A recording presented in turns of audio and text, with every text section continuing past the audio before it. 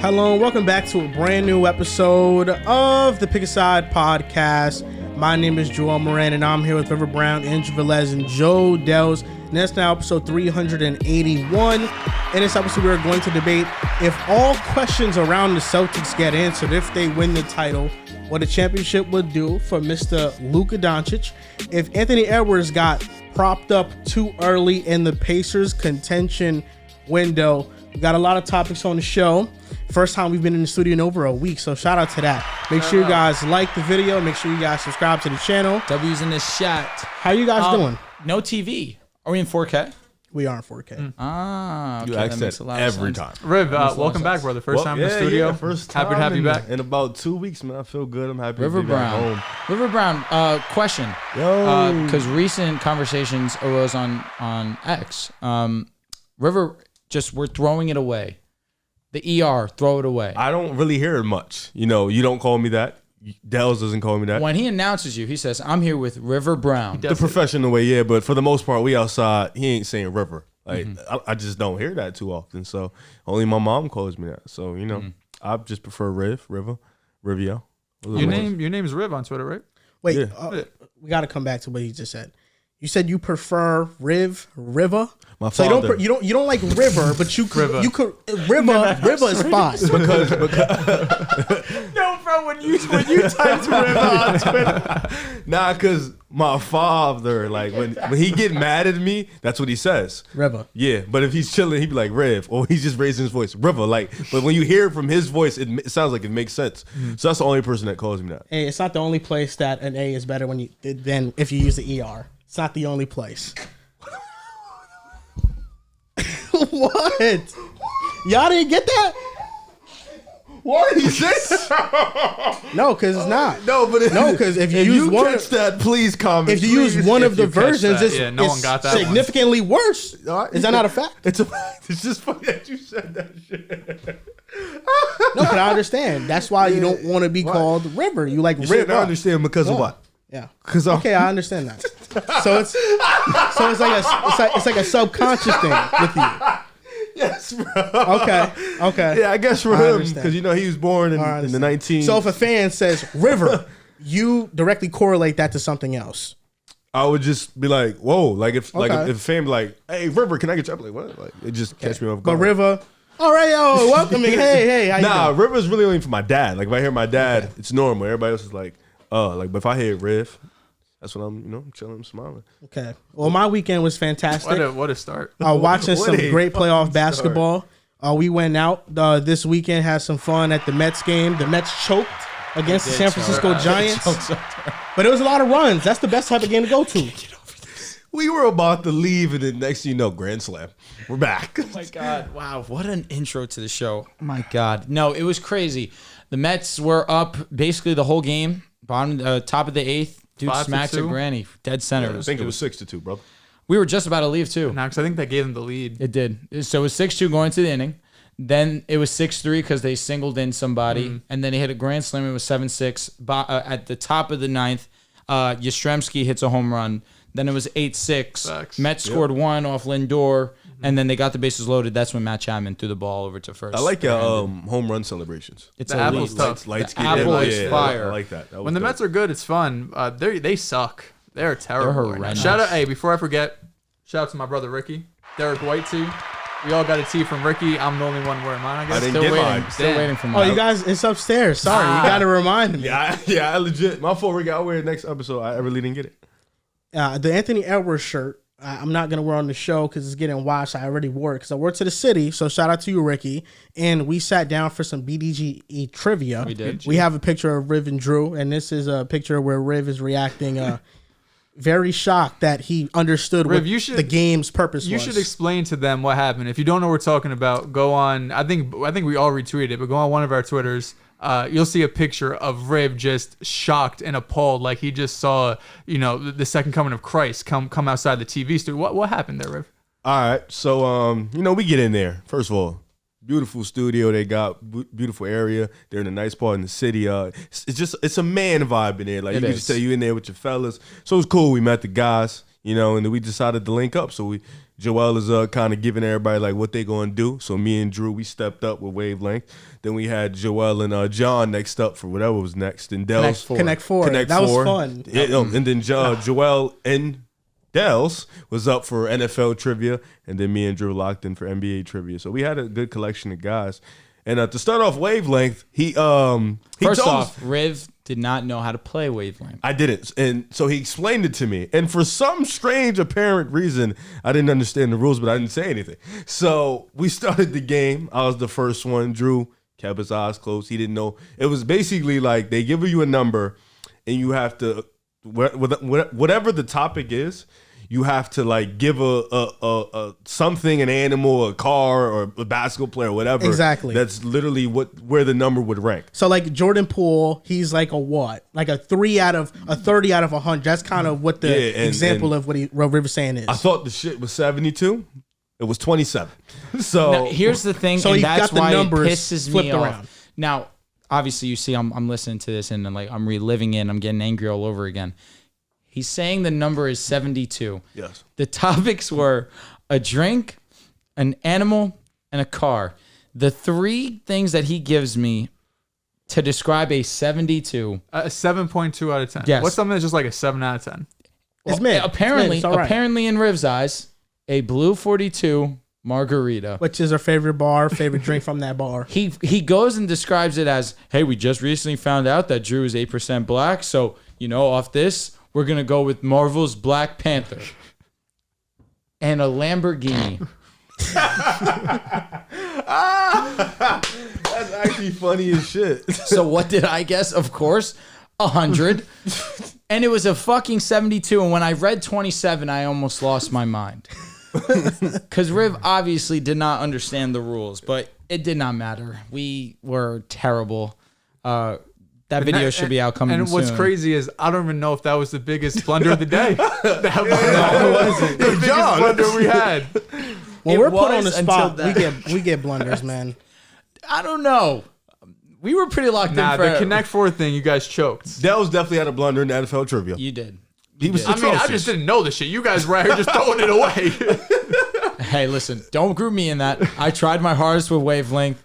I threw away one round. I feel like John threw away the game. It was the whole game. Like he was selling every time he went up, yes. it just wasn't there. So we played 3 games with BDG. The first one was Wavelength, the one that you just described. The second one was Connect Four, so it was teams. It was 2 from BDG and 2 from Pick a Side. So it was me and John, and we had them trapped. Like we could win diagonally, we can win vertically. We had them trapped. Building a foundation. And this was the choke. So when the full video comes out, I want you guys to watch this video. But this was the choke. Trivia. So for each of the rows and columns for Connect Four, it's a team attached to it, and then a statement. So it's essentially grids. Yes. But Connect Four. So for the winning play, it was name a Jets player that has played for 6+ teams, and the very column on top of the Jets was the Dolphins. John, instead of saying Jets, Ryan Fitzpatrick, which would have won us the game, he said Dolphins, Ryan Fitzpatrick.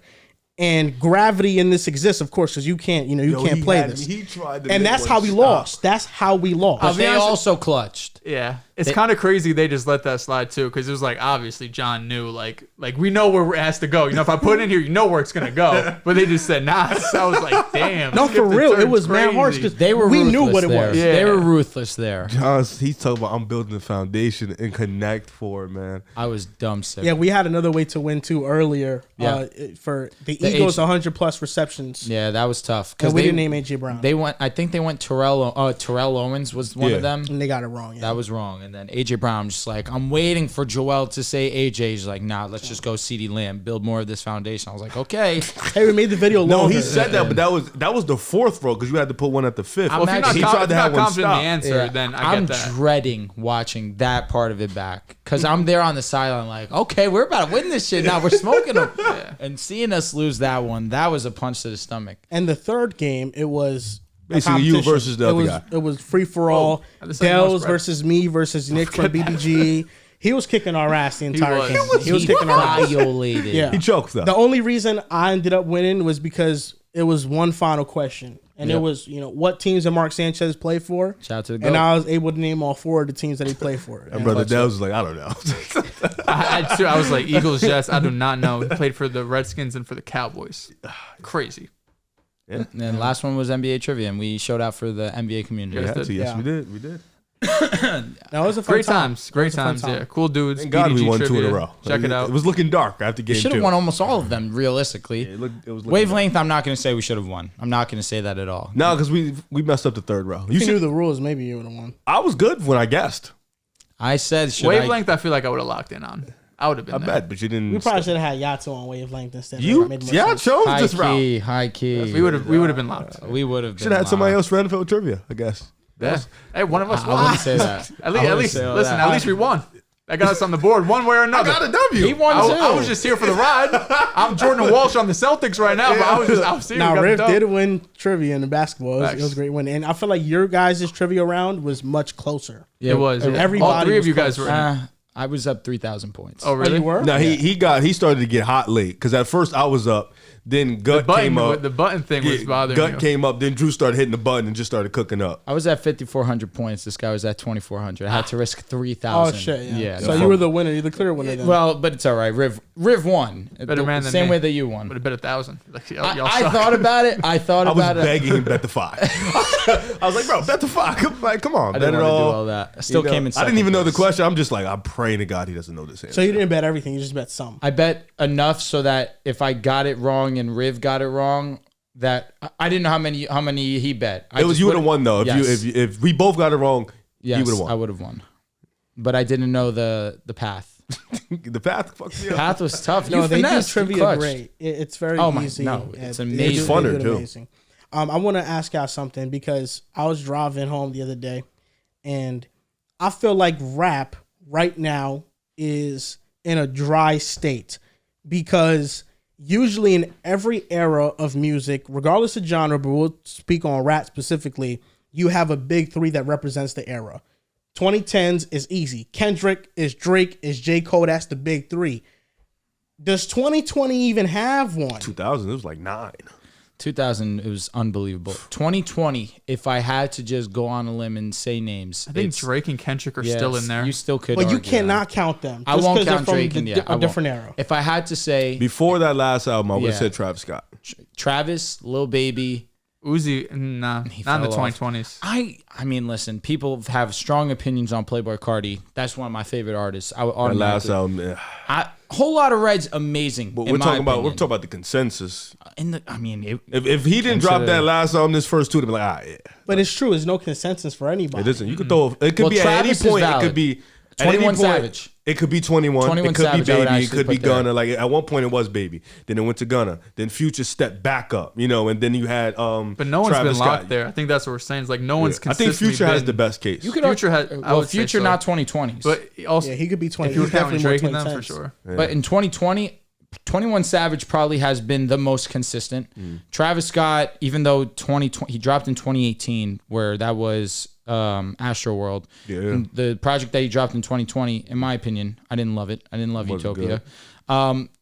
Lil Baby, this last project of his was not good, in my opinion. What was the last project you dropped? The one with the Mount Rushmores of his faces. Oh, that was a minute ago, though, right? but it was Solo still- project. like Because 2 he years dropped ago. the. Man, he dropped the thing with Dirk. Dirk. I think that was after. What do you guys think about this? Oh, Dirk. Yeah. Because I was thinking Dirk's about there. For me, Dirk's Dirk's there. three. I was thinking about the big 3 of the 2020s.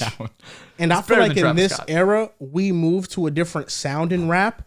And had these artists not passed away, I think they'd be representing the era. It's easily Juice true. WRLD? Yes. And I think XXX Tentacion.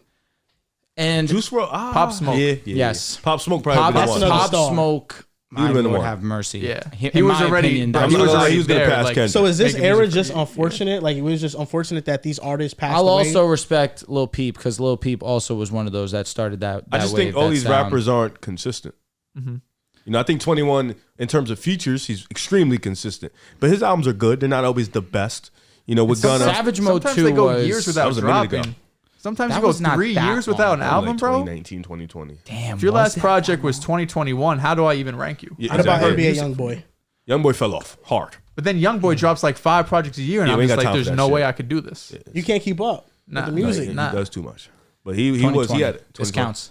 It counts. 2020. Savage Well, Mode in the 2. beginning, 21 was tough. OD. His You last don't album was consider alright. Post Post last Malone project? hip hop at all. Nah, his last album was the American Post Dream Malone. one. Nah, Yeah, Post because I don't Malone. think I think it's an L. Nah, Post Malone be? He's not He's hip like- hop, but what is he? Kind of like alternative hip hop in a way, right? Yeah. Say or pop. He's been nothing doing wrong more with that. country lately too. He had Yeah. a song with He Morgan always, Wallen. I always heard him and felt like he was country. But kinda Morgan jumps Wallen, to different Morgan Wallen had a song with genres. Dirk.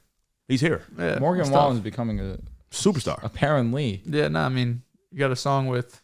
Are you a Luka Morgan with, Wallen guy?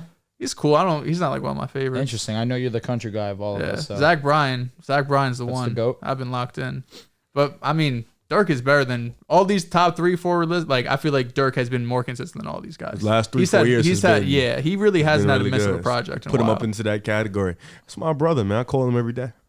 Who, Dirk. Dirk. You would consider Dirk more 2020s than 2010s? His rise, his superstardom, yes. It did start after. was just underground It did 20, start 'cause at 2020 because of Laugh Now, Cry Later. That's yeah, when because he he's came been mainstream. rapping before 21. Oh, yeah. He's been in the game for a while. Yeah, But he we was were always just freshmen Dirk, in high school. 2012, yeah, like that's Yeah. when I was he's gonna say that was Silent Streets 1, Silent Streets 2. even before 52 that. I think bars. probably like 2011 is probably when he like really started because that's when Life Ain't Bang No Bros Joke. came out. I think. Yeah, so Life Ain't No Joke. I think that was his first project. That was like Yeah, it was. 2012. Dirk's been around for a while. Life Ain't No Joke came out before Silent Streets 1? Yes, Yeah. yes, yes. That was Oh, his first really? I didn't know project. that. Yeah. Yeah, one before that. I just feel like when it came to X, there was no artist that I've seen since him that has had that big of a cult following like that quickly. Juice. Uzi had a moment Uzi did. like 2016, 2017. His following was nuts. I mean, to be off of success, it's Uzi. Uzi has a diamond record. I mean, yeah, he is the biggest of those guys, but cult following, it was Juice, it was X. I love Juice. I haven't seen any following. And sad, like that. it hit like number one. Also, right? you could argue Youngboy. Travis Scott. He too. has an Yeah. unbelievably, bro. I feel like every project he drops is he platinum. broke. I think he broke YouTube at one point. Young boy. His music videos. That's what I'm saying. People used to watch him Quietly, like cable. he could be one of the big threes. I think Youngboy has like double-digit platinum albums. He has so many. It's Yeah. like insane. His fan base is crazy. I haven't listened to like a third of his albums, bro. There's no way. I think I listened to half. Shit, There's but just he no way. dropped so much music. That's all you need to listen to. Yeah. This is all you need to listen to, Young Boy. Young I think boy, Young Boy's tough when you drop that much music and so much of it just sounds kind of the same. He has 3 platinum albums, which is His still albums insane. are That's insane, long yeah. too. 100%. That's crazy. How many? 3. 3. That's crazy. Travis Scott's 100%. Oh, he has double-digit songs that are platinum, which obviously that makes sense. That's nuts, Feel me, too. Dehls? Like greatness. Polo G dropping Friday. Travis Scott. Polo G also fell off. Brother. Polo G fell off. Roddy hey, Ricch give it fell up. off. Polo G has not dropped music. You know what? That's a good point. It's not Polo falling G. I off. apologize. Drop some singles. I feel like no, his last album Was it wasn't Hall great. of Fame? Hall of what's Fame it Hall of was. Fame? I think I liked Hall of Fame. that I was liked one all his albums. with Martin and Gina, right? Facts. No, Bro, Martin and Gina was that Die a Legend? No. Nah. Nah, that wasn't. You that might be one. right, actually. That might be on Hall Maybe it of was the Fame. one in the middle. Yeah. Oh, Hood Poet's coming out in August. That's what you're talking about? Hall of Fame 2.0. He said he doesn't know when the album's coming out. So So why does so it the say line? August? he said on Instagram, because he's dropped this song he's dropping Friday. He put out a snippet for it like years ago. It's hard. It's gonna be hard. The Goat. The Go. The Goat. Yeah. But he That was a good album. someone commented saying, "When's the album dropping?" He said, "It says August on Apple Music, but I don't know." What do you mean you don't know, bro? What's wrong with him? Yeah, He's got 2 it's singles crazy. out on here. Yeah. Mid. What was it? What singles? Barely Holding On and Distraction. Yeah, those came out like over a year ago. Des, I know you're not locked into WWE, but have you been watching WWE, Of course. Drew? Have you been watching it, Riv? You ain't been watching it or you have been watching I've it? been watching Randy Orton. Okay. So you haven't watched it much. He got cheated. He got cheated like hell. Like how? He did. But I understand they're setting up something. I'm gonna give them the respect they've been cooking. But they also did say, which I respect the hell out of, it was one of my favorite promos that I've seen in some time, where Triple H was like, yeah, nah, we messed up. It's over though. Nah, it's final, the decision's final, but Randy's going to get his chance eventually. Yep. But Gunther, we knew this once he would lose Intercontinental. Gunther's gonna win King of the Ring, bro. He There's wasn't no going. way he Randy was on was his not ass. Randy was on his ass. Randy was getting his ass beat, to be fair. Gunther's a big But dude. he And Randy's is. been hurt. He has been. I've been watching WWE, and right now, Raw clear SmackDown. You saw your Dominique, the been like Dominique that for a Mysterio minute. guy. Oh yeah, Dom. He's a superstar. He's a legend. He's a He's the real have been for superstar. a Promo while. coming, huh? He's a legend. He's locked in. You know when we asked the question who our favorite WWE wrestlers are, Jess gave me shit after I 'Cause you didn't said say Dom Dom and or Braun Jay? Breaker, and she gave me shit because she's like, oh, you're a bigger CM Punk Jeff Hardy guy, and I was like, I gotta not sound like an old head, babe. That's You know what I'm real. saying? I got to sound like I know who the up and coming stars are. So I threw Dom in there, I threw Braun Breaker in there, and you see Braun Breaker, he's been wrecking stuff on. He has, but I wonder if they're.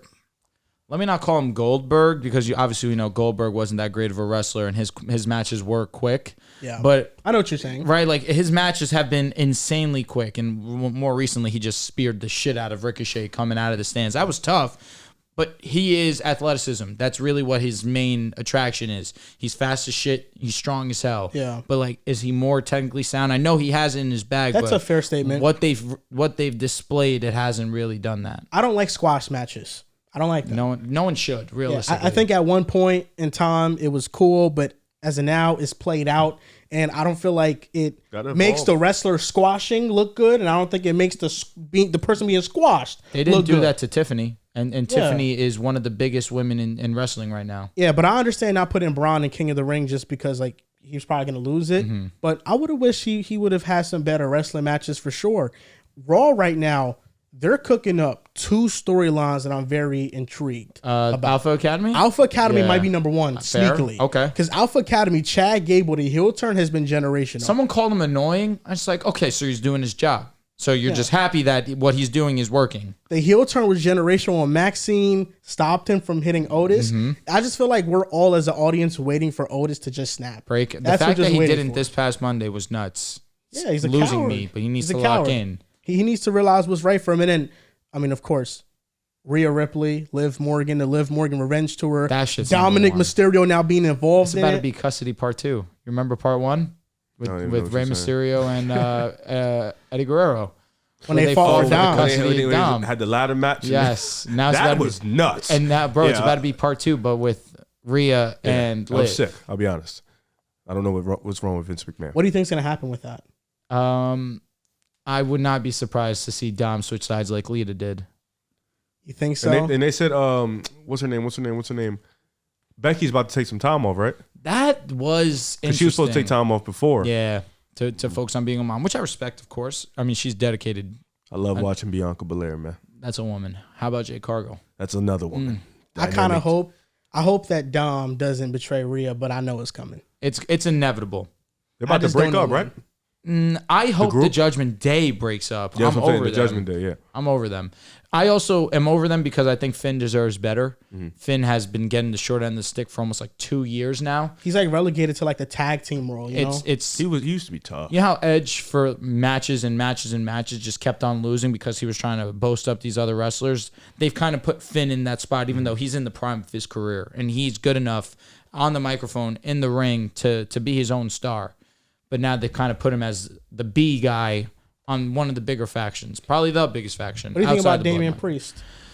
You like him? I'm always going to like him because, of course, I support all Puerto Ricans, and he is the champion. But I think he's not that good on the mic. I think that's really what it comes down to. I don't think he's that strong on the mic. I think he's better backstage than like the promos. Easily, but that makes sense. Out in the audience, you got 20, 30, sometimes 40,000 strong.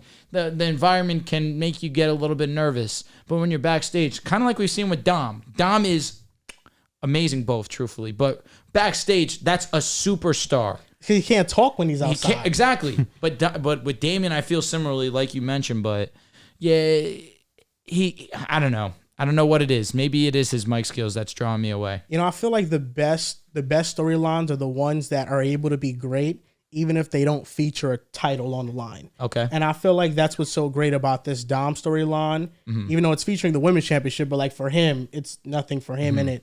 And then Alpha Academy. Alpha Academy, facts. You know, I feel like those are the best type of storylines because it's easy to build up buzz if you're a champion. But if there's nothing stakes wise, you have to create stakes from a impending event that's happening, you know? I feel like on a bigger scale, though, it's kind of easier to sell CM Punk and Drew McIntyre because CM Punk is one of the biggest stars in WWE, arguably the He's a biggest title star. draw on his own. Exactly. So that's one of those rare instances. But when you have a middle card or, you know, one of those lesser, the fact that they can go and draw the crowd that they have been with Alpha Academy, it's because people really like Gable. As a wrestler, Gable's one of the best in the business, truthfully. But on the mic, that's kind of where he's needed some refinement. But as a heel, he's been tough. Yeah, he's funny as He's hell, yo. funny as shit. You seen that MJF came back? I did see that, and I was upset. That he didn't go to WWE? Correct. But his promo was amazing. You seen that he wore the Triple H jacket? It's inevitable that he goes to MJF's a WWE. superstar. He's a superstar. He is a superstar. He might be the biggest draw in wrestling, bro. Low key. He's not Roman Reigns. No, he's not. He's not. He's not. You haven't but, spoken 20 minutes. but I understand why Dehls isn't talking. He doesn't watch this shit. Like, if I didn't know something, I would just be asking questions. Now, MJF is my dog. I fuck with MJF. He's a goat. Roman Reigns definitely above. Cody Rhodes above. I say WWE wasted Adam Cole, but I still don't like him. You don't like Adam Cole? He doesn't move you? No. I WWE agree. did waste him on NXT. We gonna see AEW's ratings if they jump with MJF. Andrew Nemhard. I'm missing Dynamite right now. Up to him. Oh, yeah? You On really him. are locked in on Andrew AEW? Just because Nemhard. MJF is back. That's hard. I'll just lock in on his Bro segments. stepped honestly. up, man. One of them ones for sure. All right, Better Mr. than Dehls, it's time to feature you into the conversation, Oh, Mister. welcome. And Do for your a job, second bro. there, what's the show where you're Welcome at? to my world. Listen, I knew that I'd left for a this topic of the show was coming, so I know that we're about to be quiet for a while. It's about to be. You got the best players on their teams on the board. It's Man. time to lock in. Yeah. Oh, nice. I'm glad that you noticed that. Where is Jaylen Brown? He deserves to be up Ask there Dehls. just as much as all those other guys. I know Indiana's best players Like, there. we should get Boston's best we players should there. get the Eastern Conference Finals MVP up there instead. You're right. John messed up on that, I guess. John, are you fucking kidding me? You see, if it was me, I would have JB and Tatum up there. No Nemhard. No disrespect. Low key, they should have Got swept. gotten co-MVPs. Who? Tatum and Brown. I would have been cool with that. But they have You 9 can't do voters. that first couple years. Nah, then, you know. I got 9 voters. You gotta let that 9 voters is They were onto something. they knew what they're doing. Now, Mr. Dehls, I say we're going to feature you in the conversation because the first topic of the day is about the Boston Celtics. They were playing this? They've been playing? I haven't seen anything from you. I didn't know. We understand that it's playoff time. It's about to be finals time. Celtics, this is where they're supposed to be. Sir? It's one left This is the stone expectation. to climb. Goal hasn't been met yet. Now, Nope. would a title, in this scenario, we are under the assumption the Celtics win the NBA championship. Would a title answer all words, questions around the Boston Celtics? Dehls, let me ask you a question first before you answer. 2 questions. And double team. Correct. Why is this a question? I don't You're know. a freak, bro. Oh, one after the other. I don't know why this is a question. You know, I figure Wait, because Sorry, Joel, what questions are around the Boston Celtics? Isn't the question, can they get over the hump and win a championship? You tell me, Dehls. I mean, that's the question I have. This is gonna be a funny. that's all right. Rafe, I feel like you and I should talk first because we're going to be talking the least, most likely. I just want to get a clear understanding. So let's just get our opinions out the way real quick. To me, the answer is obvious. You're facing a very formidable opponent on the Western side, whether it's most likely the Dallas Mavericks. It should be the Dallas Mavericks. They and were up apparently 3-0. said this shit ain't over. I mean, I'd hope you Again, keep on the that court. level of confidence. Oh, imagine. Yo. No, the leaked that'd be- audio's out now. Okay, well. We got it. Okay. He said that last Good game. luck to them. And Jaden McDaniels was talking crazy too. Or the Minnesota We're Timberwolves, both who've three been more. the number 1 defense in the league. You could question the Celtics' run to the finals. I agree with that. They faced a lot of teams that have had injuries, but they've also been dominant over those teams. You handled them the way that you should have. Even though, there was a couple close games here and there, they still were able to close them out and win them. But if you beat Dallas, if you beat Minnesota, there's no question marks on that side unless there's an injury, which God forbid that were to happen. Nobody wants that. We want to have the most exciting series at the very end be the most exciting series. So yes, if you beat the Mavericks, to me, it does not matter how did it look to get there. If you win the title, you win the title. It's that simple to me. But go ahead, Mr. River Brown. This is indeed a funny question. I think most of the questions that pop up with Boston have been primarily when you guys have played the Heat in the playoffs. Then that's when all the the weaknesses come out. All the questions about the Celtics team. I think when they played the Warriors in the finals, that became questions because you've kind of been a consistent ECF team over the past 4 or 5 years, and I think that question about if you can come out the East or if you can win the East, I think that question's kind of in the mud. At minimum, the Boston Celtics would be in the ECF. They've made the finals twice now, but they've been in Game 7s repeatedly, so they've always had it in them. I think if they win, obviously the questions won't be there anymore. I think there's more questions in this series for Jason Tatum than anybody else. I think he probably has the biggest questions out the Celtics, and I think if they win, this will kind of help him answer more of the questions than the Celtics. I think the Celtics may have a question, but I think primarily is because of Jason Tatum. I agree with you guys. I think that's very logical takes. It's going to be a long 8 days. The shit I'm seeing on just ESPN and other shows just saying like Tatum wasn't excited because Jaylen Brown won, and like just all of these talking head points get off that just don't really make any sense. I agree with what Drew said. When I went on my rant, remember a couple weeks ago we posted that on TikTok. I said the same thing. I was like, I don't really care how we get there, because if, say, for example, the Pacers were 100% healthy, say if the Cavaliers were 100% healthy, say if the Heat were 100% healthy, I think everyone is still expecting the Celtics to more or less dog walk these teams. I don't think anyone would pick any of those series going into it to even go to 7 games realistically, assuming the Celtics are fully healthy as well. So if you already expected us to win, and now we ended up getting here, although it was with injuries, I think either way we're winning these series. You know what I mean? Like, that's not to discredit the other team. You could just look at Vegas odds. You could look at us being 64-18. Was that in the regular season? By far and away the best team in the regular season. It's not like a fluke. It's not like, this is a team that all of a sudden just got hot second half of the year. They made their first ECF. Oh, they're in the finals now. Like, I don't know. No, this is a team that has a top 7 player, in my opinion, in Jason Tatum. We were just talking about this. Jaylen Brown is maybe entering like a top 17, 18-ish with his two-way ability. Kristaps Porzingis, when he's healthy, like, this is the most talented team in the NBA. So this is what we're expecting. If they win a championship, that's the last box they have to check off. It's Jason Tatum overcoming that 2022 Warriors run where he was terrible for basically the entire series. And it's just to say they won the championship because, like Riv mentioned, you've been here 6 out of 8 years. You've gone to the ECF. You get to the ECF 8 years and you haven't won a championship. At some point that has to change. And I think the collection of just the talent we have and the Jays being in their prime. Jason Tatum's 26, JB's 27. This is about when the real title window opens for a lot of superstar and legendary players. So this is the first year where I'm looking at it as like, if you don't win, it is an absolute failure. And there's just no excuses. There's no excuses if they don't win. Nope. There's no excuses. No excuses. If they win the title, and now it's under the assumption that they win it, because you don't think they're going to win, do you?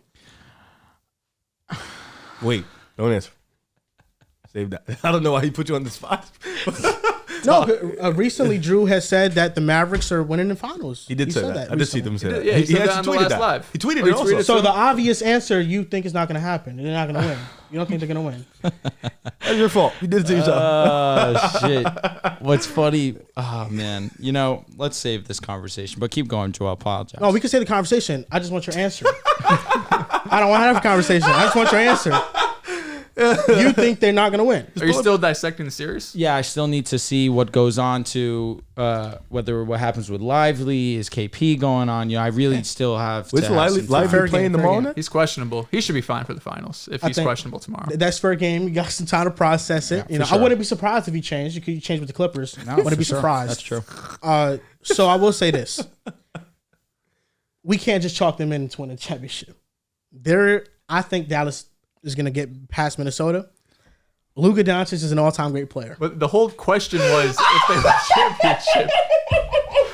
I'm not I haven't finished. Okay, just because the whole question is based on the hypothetical if they win. I'm 30 seconds into talking, and I haven't finished it. My bad. And you cut me off. My bad, you're right. First 30 seconds. First 30 seconds was to say it's not a foregone conclusion. Now let me get to my answer. Of course it does, Dehls. Did you know that Jason Tatum and Jaylen Brown are 5th all-time in the duo that has played the most playoff games without a championship? They're number 5 all-time. Can you guys name me the other 4? John Stockton, Malone. That's number 1. Without a James Harden and Chris Paul? They're not there. How many years? Is Al The amount of Horford- playoff games. They only played two playoff series I'm sorry. together. Al, Or 2 who played playoff the ones. most with Allen? Kawhi and PG? Nope. Like Allen, not like them. Josh Smith or Allen, like Teague. I'll tell you right now, this is all old heads. I know. Okay. Al Horford's played the most games without a ring. Crying. Wait, he said old heads. Would it have to be 2 All-Stars? No, Yes. 2 All-Stars. a Okay. duo. So let me think. I like this question. All right, old heads. I'm going to go Dominique Wilkinson Mutombo. No. Jordan Pippen. No. What? Jordan Pippen won, brother. In the No. third year. My bad. It's okay. So I'll give you a 30 hint. years ago. I knew Jordan was like 28 when he won that. One happened. Yeah, but Pippen came in Pippen, after. Yeah. One happened way back then. I'm talking about like the 70s, Wilt, 60s, 70s. Wilt, and someone else. It's not Wilt. Frazier and Reed. Nope. They won in 73. You have to wait 7 years until he gets. I don't know what year they exactly won it. Is it Oscar and someone else? No. I mean, it's a player that. God damn it. We should know. Yes. Jerry West. There it is. Somebody. There it is. That's Jerry and number Elgin. Jerry and Elgin Baylor. Yes. That's we have number to two. cook up together. Yes. Okay. Number 3, it happened in the 90s. This second player that's considered in duo is a grit and Payne grind and Kemp. player. Oh shit. He's not a legitimate John Starks all-star. and Ewing? Ewing is one of them. Starks is not the second. Oakley? Oakley is correct. Okay. Oakley was an And, all-star. and number 4, it happened Is a kid during this time in the 90s, early 2000s. It's a kid and Happened with the rival of the Knicks. I'm fucking Pacers? Reggie Right, and I don't want to say Jermaine. Smits. Okay. Reggie Miller's one of them. Yeah. It's not Jackson. It's Mark? not Mark Jackson. No. Reggie and who the fuck? It's a big man. It's not Smits? Jermaine. It's not Rick Smits. Is it Jermaine? No. I didn't think so. Jermaine was later. I don't know the big man. I don't know the beginning. It's Dale Davis. Oh, Never would have gotten that Wouldn't personally. have got that either. I wouldn't have gotten it either. You guys aren't the only one. We Shout out to faked. Dale Davis. Then we didn't really cook, honestly. But Took this some just time. this just shows. I mean, Jaylen Brown and Jason Tatum have been playing together for a long time. Most playoff games together without winning a championship. But if they were to win, they now would pass Dirk Nowitzki and Jason Terry as the duo that has played the most games until they won a championship. Dirk and Jason Terry are at 83. So the Jays have like 20 more games over them. I think that's an interesting stat. The Celtics have been in this type of position for years now. I think the expectation of them being actually favorites is new. That is not something that's been common. But since 2018, you go to the ECF. 2019 is a disappointment. 2020, ECF. 2021, they're unhealthy and the roster wasn't that good. 2022, you go to the finals. And last year, your favorite all year, and you lose to the Heat, an 8-seeded team, and you go down 0-3 to them. And I think that's where the criticism started to be the loudest because they lost to an 8th-seeded team. I understand Jason Tatum in Game 7 gets his ankle hurt, and I think the Celtics would win that series had that not happened. But with that being said, you shouldn't be going to 7 games with an 8 seed. And if you're over here going to tell me that, well, the Heat are actually good, then you can't just tell me that they would have walked over the Heat in the first round if Jimmy Butler had been healthy. Because whenever he has been healthy, he's given the Celtics some work. Even if it's a tougher series, I think you still can't completely count them out. You think we would have lost in the first round if we were fully healthy and they're fully I think healthy? it'd be a challenge. I think don't think you guys would have lost. I think it'd be a I challenge. think the only challenge you had was the second round. Me personally. Cavs. Yes. If the they're Cavs were healthy, I Cavs were think that'd be a challenge too. But still, you're 6 going games. into these series and you're expecting the Celtics win. They're favored. You're selecting them. I mean, you are expecting the Celtics to win, but it doesn't take away that with adjusting for injury, this was the easiest path to the finals ever. sure. And it's not an indictment on the Celtics. That's an indictment on the Eastern Conference being so weak. They only won 42% of their interconference games this season, which is a terribly low mark. And there aren't a lot of teams in the East that you really think can actually compete for a championship. It just doesn't exist. A title answers all questions for you guys because this is the only thing that everybody is left with an expectation for. This is the expectation. It's been the expectation since 2022. For the last 2 seasons, the expectation has been championship or bust. And because you didn't win the first time the championship expectation was set in 2023, now all eyeballs are on 2024 and you got to get it done. And when it pertains to Jason Tatum, I think it answers questions, of course. The question is, can he be the best player on a team that wins a championship, that wins the NBA Finals? Right now, if he does it, you got to answer questions, and there's no doubt. It also matters how he performs, though, because I don't think it's just black and white. I don't think that, if he wins, he's the greatest. If he loses, he's the worst. It got to be a fine middle ground. If he plays great and they lose, it could answer more questions about him individually than we had prior. It all matters with how it happens. But ultimately, the Celtics control their fate, no matter how easy this run was. Yes, we all expected them in the finals. This is what it's all about. This is what it's all about. And if they win, Dehls, you can lay back. You go to the beach. my dad got a beach house in El Salvador. I got you tonight. I tell my pops, yo, listen, he's good. Bring your girlfriend. You can bring some friends, some family. Chill on the beach. Man, This is Matt.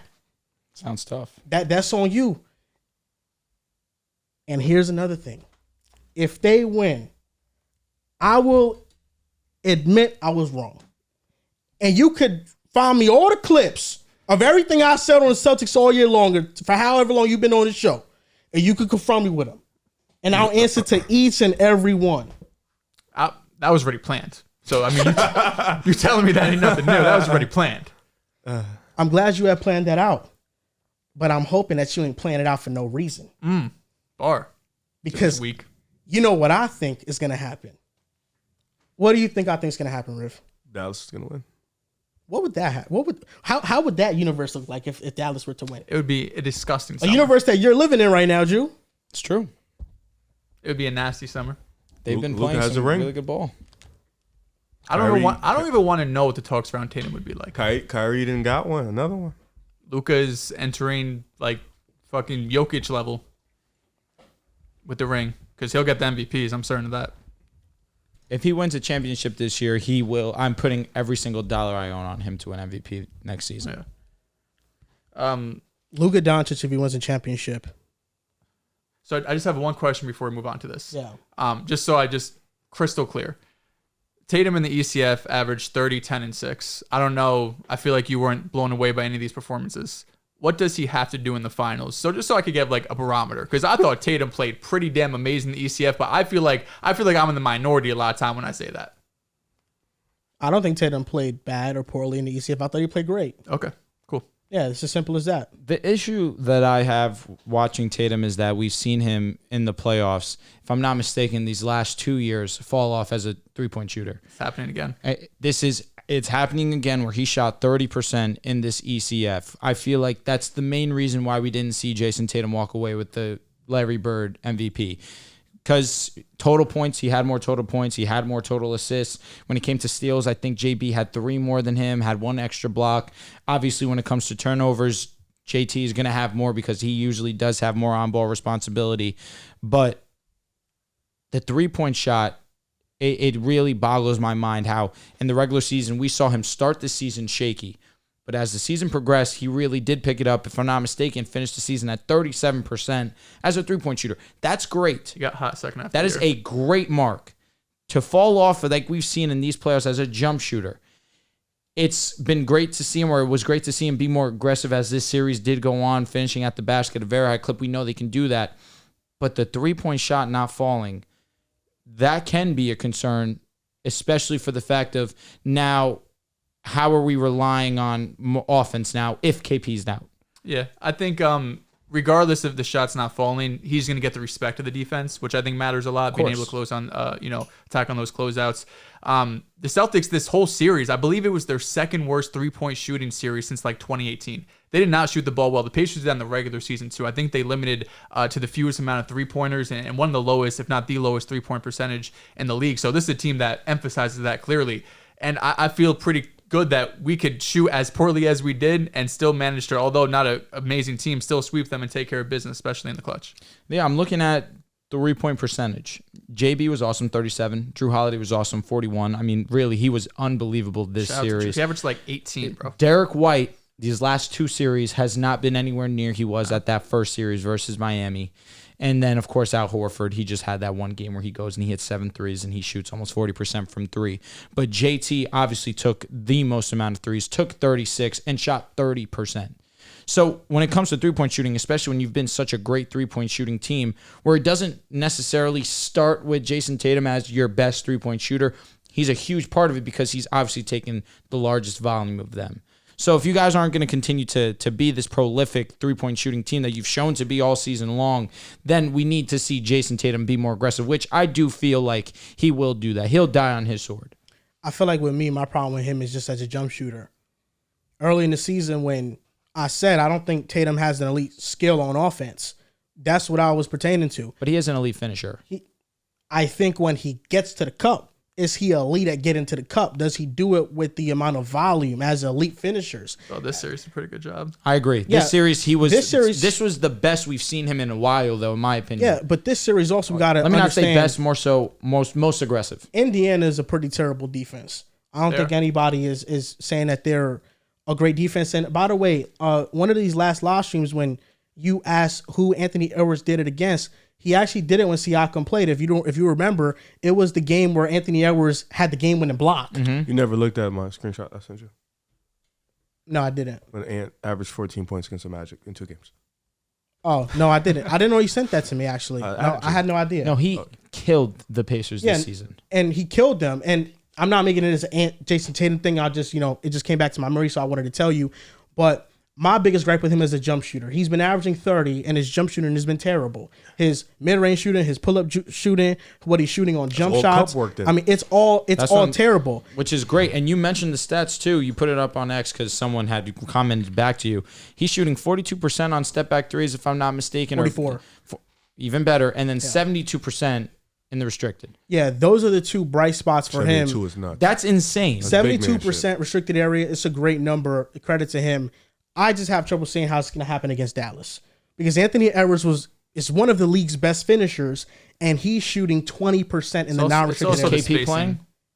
Even if KP is not playing, you're going to have, with Al out there, you're going to have 5 shooters. I don't doubt it because Gafford, such a better rim protector, Lively too. But having 5 shooters out there is going to make it a lot For them to be at tougher. the rim, somebody's open, unless they play zone. This ain't a preview, but I'm just going to say that from what I've seen from Jason Kidd all year long, I doubt that he's going to play into the hands of Boston. He's going to try to force their offense to play into the hands and the strengths of him. There ain't no way he's taking Gafford and Lively out the paint at all times. It's going to be a mixture then of KP, that. if he plays, has a chance to be finals MVP. We got a preview coming up later. We don't got to get it's just the 3 teams he's played in the West. Like the Clippers have Zubac. You don't have to go out there for him. OKC has Chet though. OKC has Chet, but Chet isn't the shooter or just the offensive player KP is at this moment. A shooter, that's an argument. He ain't making shots in the playoffs. KP is a better jump shooter. I think KP is a better jump shooter.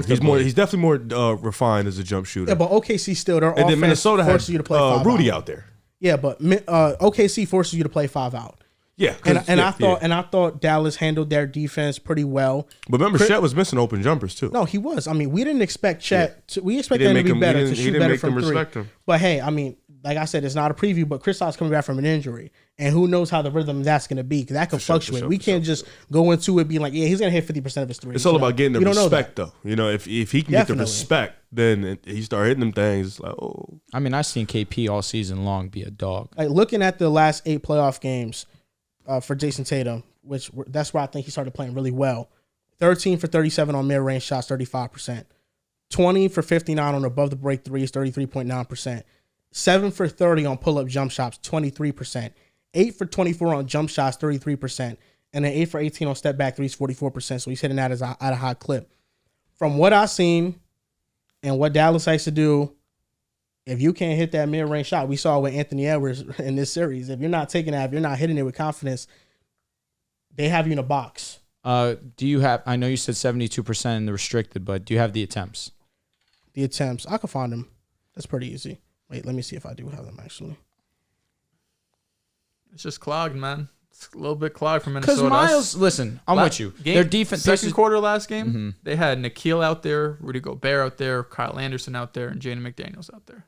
That's a lot different than what you're going to see when playing Boston. That's when it comes to offense, it's drastically different. JB vibes. You hear? Where, man? Tell him. What did he say? He said JB vibes. Oh, this fucking guy.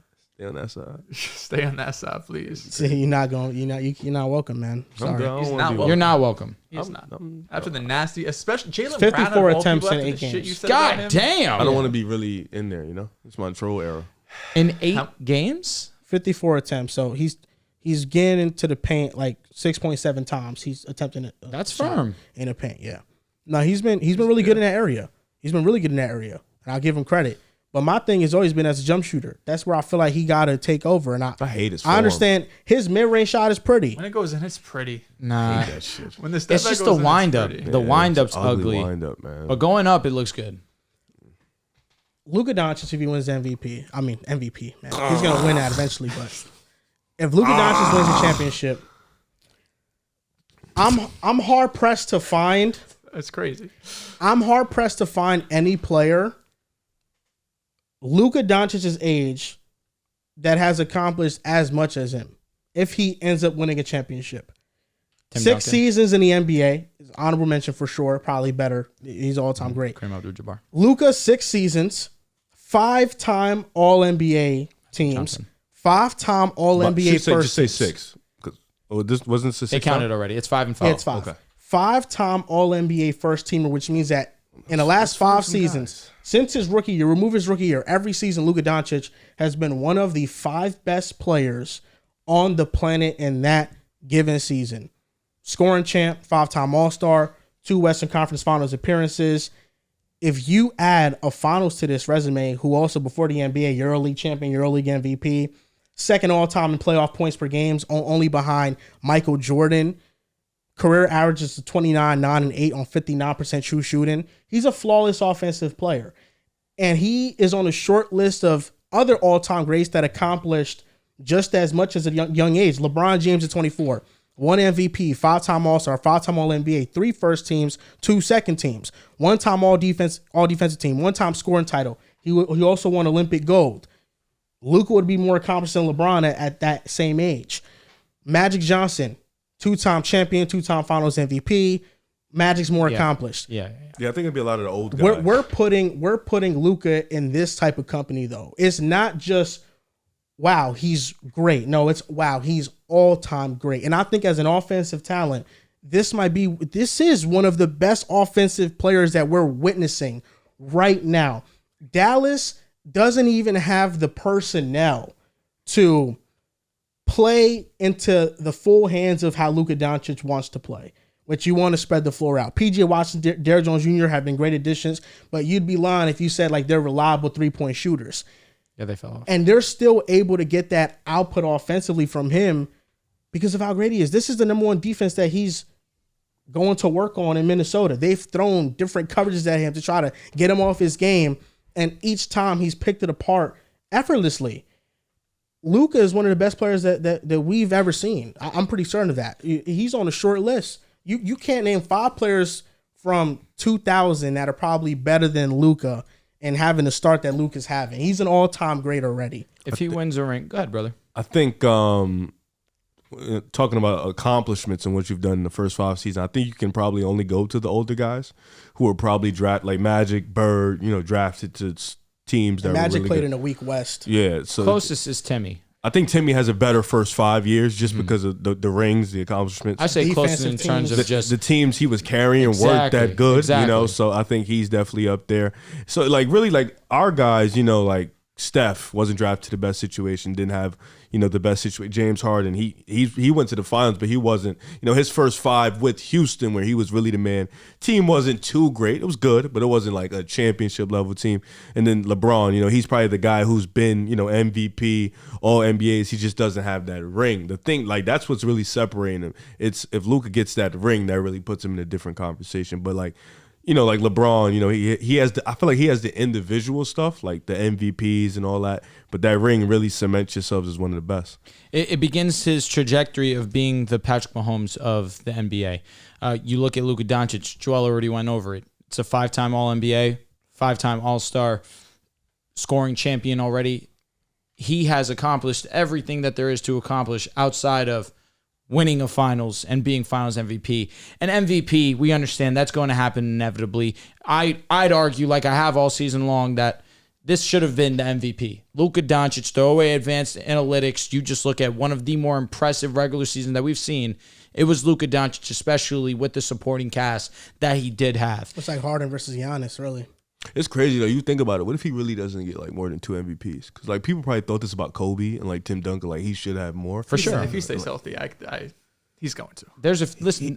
He should, but then you still got the Joker. Giannis is still hanging around. And Embiid is Wemby a is dog on the in the regular. rise. Wemby, Yeah. it's like crazy. Like that shit is. I think insane. if he wins a championship, like I said already early on, I'm putting every single dollar I own. He will guaranteed win MVP next season. Doesn't matter what happens. He will win MVP because it's it's been due for him. But a championship here puts him in a conversation with all-time greats. I don't disagree, not even a little bit, because he's been so dominant at his position for so many years in a row to start a career. The fact that he's already one of the league's best scorers, the fact that he's one of the all-time great scorers, the fact that he's already one of the all-time great playmakers, you can make the argument already that Luka Doncic is the best passer that this game's ever seen. Automatically, the comments just went off and said recency bias, recency bias. Turn on any single Dallas Mavericks game, he's making a pass that you probably have never seen. Luka Doncic is that special of a playmaker.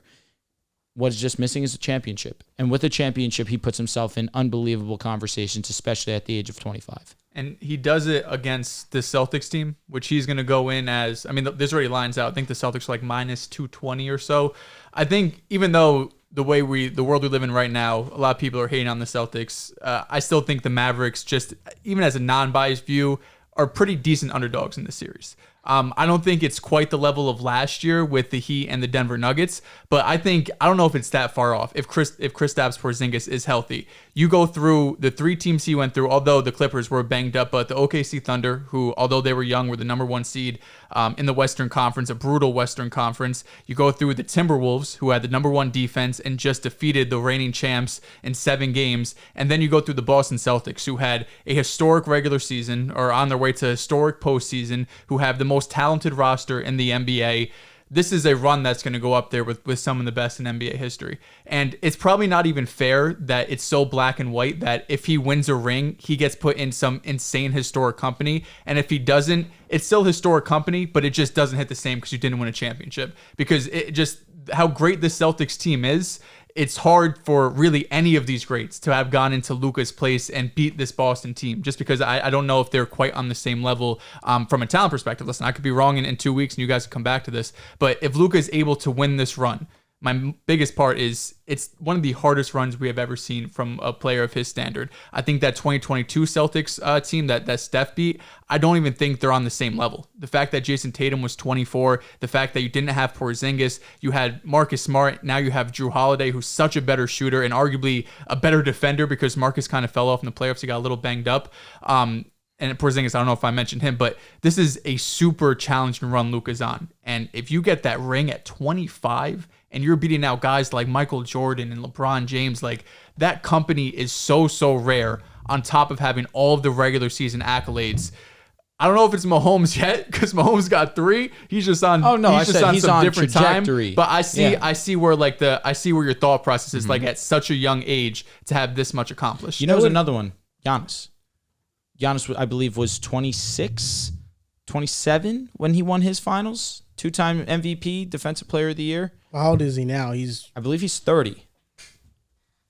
Giannis is 29, turns 30 in December 6th. Oh, so I am right. Yeah, it was 26, 27. Yeah. Giannis definitely has an unbelievable start to a career also. No, Giannis's resume is great.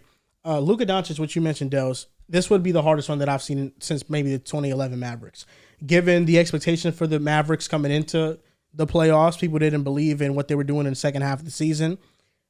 Beat the Clippers, whatever, not that important or not that impressive because Kawhi didn't play, whatever. It's probably their least impressive series, actually. Underdogs against OKC. I think Dirk was underdog in every series in that year. Underdog against Minnesota and against Boston. He will be underdogs against Boston as well. Where I do disagree with you, Dehls, is on the standpoint of last year the Heat were very heavy underdogs against the Nuggets. The Mavericks are underdogs against the Heat. I mean, against the Celtics, and that they probably should be heavy underdogs. I disagree because when you have Luka Doncic, you shouldn't be underdogs by that much. I think he gives you that much of a chance. Saying from just a betting perspective, not like what I'm like. You think one thing, I think the other. Like last year, I'm just looking at the betting odds. Well, we do have a couple of Golden State years that kind of throws it off, but Denver was like minus 430. Right now, the Celtics I think are like minus 225. Denver was minus 430. Golden State in 2022 minus 190, minus 200. Lakers against the Heat were minus 330. So actually, if you look in the last like 5 years, you do have that 2019 Warriors team who ended up getting hurt, who was minus 280. So we've had some heavy favorites in recent years, but we've also had some insane teams because of the KD year, and then last year it was kind of lopsided. I disagree with that information. Then not with your opinion, but with that information, you wouldn't put the odds like this. Of them being that heavy underdogs when you have Luka Doncic. Did you say minus 225? That's what the Celtics are. It's not even that terrible. So I mean, you're taking what the Mavericks for plus 200 odds. Is that Luka probably They were Doncic? like plus 175, I think. plus 175 is not even that rude. And listen, Luka Doncic, he snatched the soul out of a number one 60-plus win team before. This Celtics team is a different team. But that just tells me that Vegas is really not that big of a believer in what Dallas has been doing post the trade deadline and how their defense has looked these entire playoffs.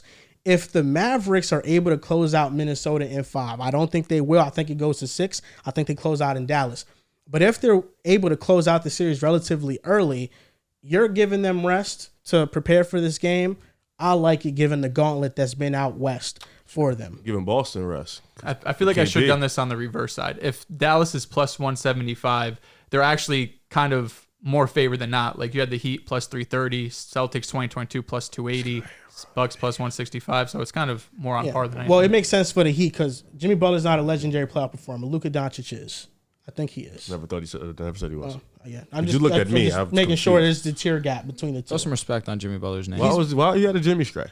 No, I'm just saying that the odds were so low because He they didn't have Luka. he knows that was an L, so he's trying to bring it back up when Jimmy wasn't able to defend himself. If you're a legendary playoff performer, Vegas is giving you plus 330 odds. LeBron was underdogs in how many? Look at his team, finals? brother. Well, the Warriors, they LeBron were was plus underdogs 1,100, in plus every finals 1,000. but one. You're plus Not plus 330. 2 actually. In because 2015 the Mavs and the Lakers. No, the Lakers won. Yeah. The Mavs 15 and the and Lakers. 16, you were plus 171, plus 62. But then the KD Warriors, it was plus 1,000, plus 1,100. That don't count. That don't count. Those shits was obvious. Plus 1,000. That doesn't count. Every team would be But plus that's 1,000. Greatest of all time. That's KD Warriors. Michael Jordan would have been plus. And they were right. I hope you're right. No, I'm dead ass. Them KD, Steph. That shit was a cheat. And the only thing that Especially matters is 2017. Nah, 2017 shit was the only thing that was matters nuts. is after he got to Miami and before KD Warriors. Because the he whole was 17 underdogs in Miami Dehls, too. can you look up if you can? 2014, I guess they the were Spurs, yeah. underdogs. Can you look up Dirk and Dallas's underdog numbers when they in 2011? Hopefully you find this this goes out. back to 2014. So You're smart enough, you'll get it. See how smart you are. Wait, you kind of falling off. Isn't what I said true though? He was only favored against Dallas and against the Heat Miami. were minus 180, the Mavs plus 160. Yeah. Okay. That's what I was saying. Do you know the other ones or no? Like they played the Lakers. Uh, They played the. No. Wait, just tell me the OKC. year and then I could. It's all 2011. It's the same year, bro. Oh, you're saying that run? Yes. Oh, for the I could- Mavericks. Yes. Cool. Yes. But I think either way. They were if- plus what? Plus 170. In the finals, they were plus 160. So that's kind of similar to what the Mavs are now. Luka's It's not already even that bad. It's not bad at all. in rare territory. I just think They him were winning the down title 2-0. puts him in the rarest of territories that we've seen for like a basketball player, really. I mean, That's content, yeah. outside of Giannis. Outside of Giannis, no, but before 25, Luka's much more accomplished. Giannis doesn't have his ring. Don't hold the same weight too. How old was Giannis? No, when I he don't won care his about the first ring. MVP? You can argue about the ring, whatever. It's fine. A ring is a ring. I'm just saying before 25, Giannis doesn't have a better resume than Luka. I don't think so. Before He 25, He barely has- played his rookie year. How old was Giannis when he got into the league? 20. 19. No, he was 19. Was he 19? I think he didn't break out until All-Star until like his third He year. won. He Fourth won. year. He won MVP at 24. Did he win the second one? This He Mets- won MVP this, at 25. This Mets relief feature just That would be relief 6 pitcher years, just bro. said the Mets But are I the underst- worst team in probably the whole fucking league. Damn. It's a tough look. In his first 6 Tough look. seasons, Giannis would be In year 6, an MVP, he won MVP. and a Twice. 3-time All-NBA teamer. 2-time MVP, Defensive Player of the Year, 3-time. All, is that all in the first 6? Giannis didn't win DPOY in his first 6. He came in second. Okay. He won it the very next year, 7th He season. came in second the year before. He almost is a 2-time MVP and DPOY. Did he win a ring in his together. first 6 or no? Giannis in his first 6 seasons, MVP, 3-time All-NBA, most improved player, and a 3-time All-Star. That's close. The MVP's holding the weight. But Luka has the All NBA. It's gonna be the MVP over the All NBA. It's crazy because after his 2 MVPs, he finally won the championship. Which means Luka will have to get a ring, 2 MVPs. He has to get an MVP next season. Nah, he might need 2. I still think that Luka is every year he's odds-on favorite to win. Every year. He's always going to be out Yeah. of favor. But it could always be like, who the fuck going to be SGA next year, right? Like outside of SGA, of course, in the MVP race. Like, is Giannis going to be back in the MVP race? You know, is he going to win it? The Joker. Embiid, like, if Embiid didn't get hurt, Embiid would have clearly won it, you know? Damn. That's Someone a just dropped thunderstorm. the Sure. Is it thunderstorm? Yeah, I I'm was pretty just sure. I thought someone was moving the table upstairs. Nah, that is a thunderstorm for sure. The headphones, maybe. I don't know. He's wilding. He's wilding. He's an Yeah. idiot. Oh, man. Rev, I'm curious to see how you feel about this because, I feel like these playoffs, when the player that you haven't been the highest on has A poor performance, whether it be Anthony Edwards, Tyrese Halliburton, you're right there. You're right there, front and center. I don't think when Ant shits the bed, I say too much. Well, it doesn't happen too often. No, it's happened a lot the last 6-7 games. No, it actually hasn't happened too often. No, it's actually happened a shit ton.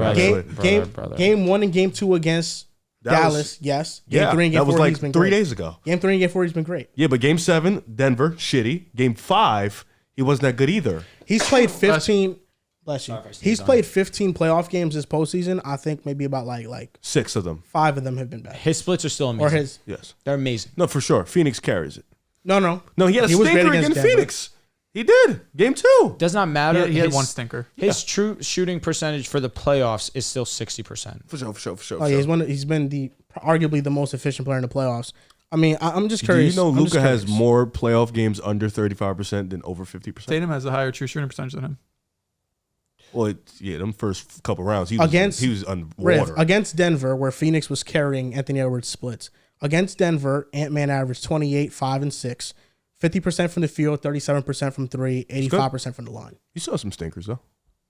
Game 7 was a stinker. Okay, but I'm just saying he was great against Denver. Game 5, I didn't disagree with you. Wasn't game you just 5 said the Suns stinker carry. also? No, you said he didn't have too many stinkers. That's when I was like, that's cat. I don't think he has. I mean, if you're great 10 of your 15 playoff games, I mean, what the hell? What do you mean? He had 5 or 6 stinkers. He had 1 against Phoenix. He had 3. Here's against the Denver? reason why we can live with it, because overall he's been amazing and he's 22. Yes. I mean, overall, he's been one of the best players in the playoffs. But honestly. if you break it down to his last 8, he hasn't been great. I don't know. After the last 2 games, there's so much pressure on him to do everything on offense. Unless he's having real stinkers like game 2 versus Phoenix, I can't be too mad at him. You know what's weird with about superstars. this Anthony Edwards He's 22. thing? He's 22. MJ 2.0. You know what's weird about this Anthony He's Edwards just not thing? Michael Jordan. No disrespect to Ant. It's just like Is if he not actually his fault. If he actually would have gotten eliminated in the second round, the talk around Would've his been that playoff game 7. perception Oh, yeah. would have been more positive For sure. than it is negative. Even though in half of the Maverick series he's been great. Game 3 and game 4 he's great. He's been great. The turnovers have not been great. But I'll tell you what, Joel, that comes with the territory because 100%. Tatum gets brought down because he hasn't won a championship, and other guys get brought up who don't make as many runs. Tatum is also 3 years older. He's been in the league for 3 years. And we can even compare him to his peers. Like there's not a lot of his peers who don't have a ring. That is, of course, who have as much playoff wins and success as he does. Another reason he's getting knocked down is because his team was favored to win. You knock down the reigning champion. You go down 0-3 in 2 of those 3 games. Yeah, this At was a that tough point, matchup, though. You did not play well. I think he's getting knocked down because people compared him to names that you shouldn't really be compared to. I still think he's getting respected, though. No, he is getting respected, but I'm saying the criticism stems from what Riv just said. Calling him You know, Michael there's is ridiculous. the media. There's all Michael Jordan, comparisons, Kobe Bryant comparisons, all-time great comparisons, and you can argue if he's been propped up too early. I don't think Anthony Edwards has been propped up too early at all. I think it's actually just in the nick of time. I can also argue that people came into this series saying that Anthony Edwards was the best player in the series. I think that was dumb. That was wrong. I think that was dumb. I mean, nobody should be saying that. They had Luka's him as the 1-on-1. second best player in the playoffs behind Well, who Nikola did? Jokic. ESPN? I I didn't believe know. it's the Ringer. Oh, I think that's stupid. Yeah, I know. They created a list that was like young superstars that you want to build around for the future. But no, but they also said best players right now, and they had him number 2. Well, maybe That's they crazy. said maybe they meant that as like In the who's playoffs. playing the Correct. best in the playoffs. That's valid after the Denver series and after what Luka did against OKC. That's valid. But no, Luka was always a better player, and I think that's ridiculous. Any reasonable expectation for Anthony Edwards this season, he met. Oh yeah. Make an All NBA team, he did that. He made All NBA second team, which that. means that That's loud. which means Anthony Edwards was one of the 10 best productive players in the NBA this season. He was a top 10 player this season when you take into account games played and production, when you combine them. Win a playoff series. He won 2.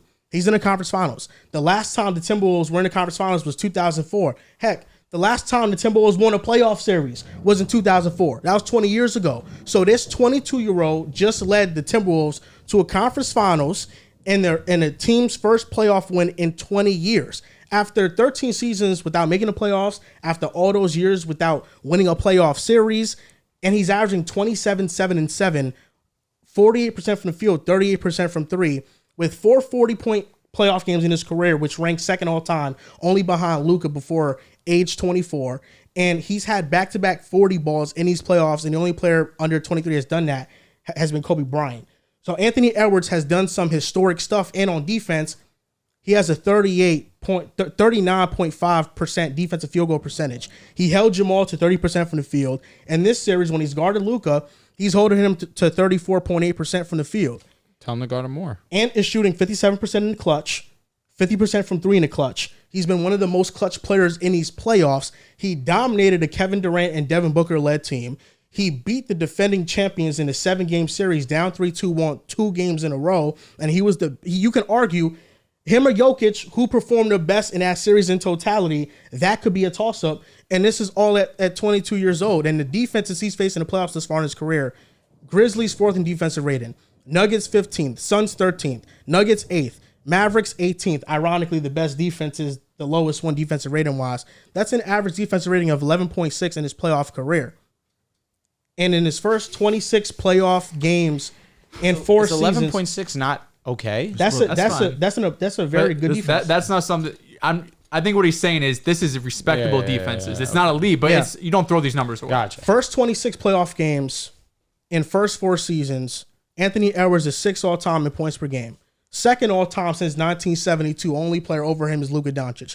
Number 1 in true shooting percentage amongst all 20-point-per-game scorers, which is a sample size of 25.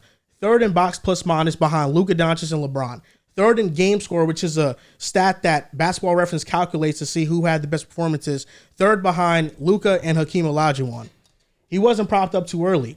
People are excited about him, and rightfully so, because he reminds us of former all-time great shooting guards, whether it is Jordan, whether it is Kobe, whether it is Dwayne Wade. Mm-hmm. That does not mean that every step of his career should be compared to them, but it is acknowledging that right now we might be witnessing one of the best, if not the best shooting guard of our era's career just begin, and thus far, he's been exceptional, and he's been exceptional all playoffs long. He's a superstar. That's what he is. His game in the playoffs has shown us that. His marketability, he's generated the most views on social media amongst any NBA player these playoffs. His sneakers are sold out. I mean, everything you want in a superstar has been packaged into him. And he's not MJ. He's not Kobe. But he's Anthony Edwards, and that's good enough. And it is the potential to be the face of the league. When this playoff run ends for Minnesota, I am not going to come away from it less confident in Edwards being one of the best players in the NBA, if not a soon-to-be face of the league. I feel more confident in that. So I think he's been propped up. Some people have gotten carried away. That's fine. That comes with the territory. It happens with every young player. But it has been deserved. It has been deserved. I do remember sitting here hearing that he could be a top 20 player all time. He's still young. He's 22 years old. I'll say this. I was wildly wrong. 111 would be one of the best defenses in basketball this season. You would be a top 3, top 4 defense. So I just wanted to make sure I gave him that respect. But Anthony Edwards is sensational. There's nothing. Oh, I'm sorry. Did you misinterpret me? No, you said 111 defensive rating. No, in I said mind. an average defensive rating of the teams, 11.6. So the ranking would be 11.6. Correct, which is what I would say. It would Yeah. still be that would be an amazing defense still, because top 3 this season was 108 with Minnesota, 110 with the Boston Celtics, Orlando 110, and then next right there is 111. I understand what you're saying. What I'm saying, Am I slow? A little bit. Got it. what I'm saying is that, so the Suns were the 13th best defensive rating. This number is the defense. Yes. There we go. So I'm like the thinking 12. 111. Yes. That's on me. That's So on it me. is That's on me. 11.6, like closer to the 12th best defense. Got Yes. it. Apologize. Yes. Of course, Anthony Edwards is amazing. I'm not going to knock him for his first time being in the biggest moment that he's been to in his career, and he's had some struggles along the way. But for a majority of this playoff run, we've seen him be nothing short of sensational. Like I mentioned already, for this playoffs, 60% true shooting, 47% from the field, 38% from 3, 28 points. I mean, dude, he's been special. Joel already went over every single stat that there is to say about Anthony Edwards. He spoke 100% sound. He's young. He's doing this on a team that has had almost no success for 20 years now. Like you mentioned, 2004 was their last time they had a taste of what playoff success was.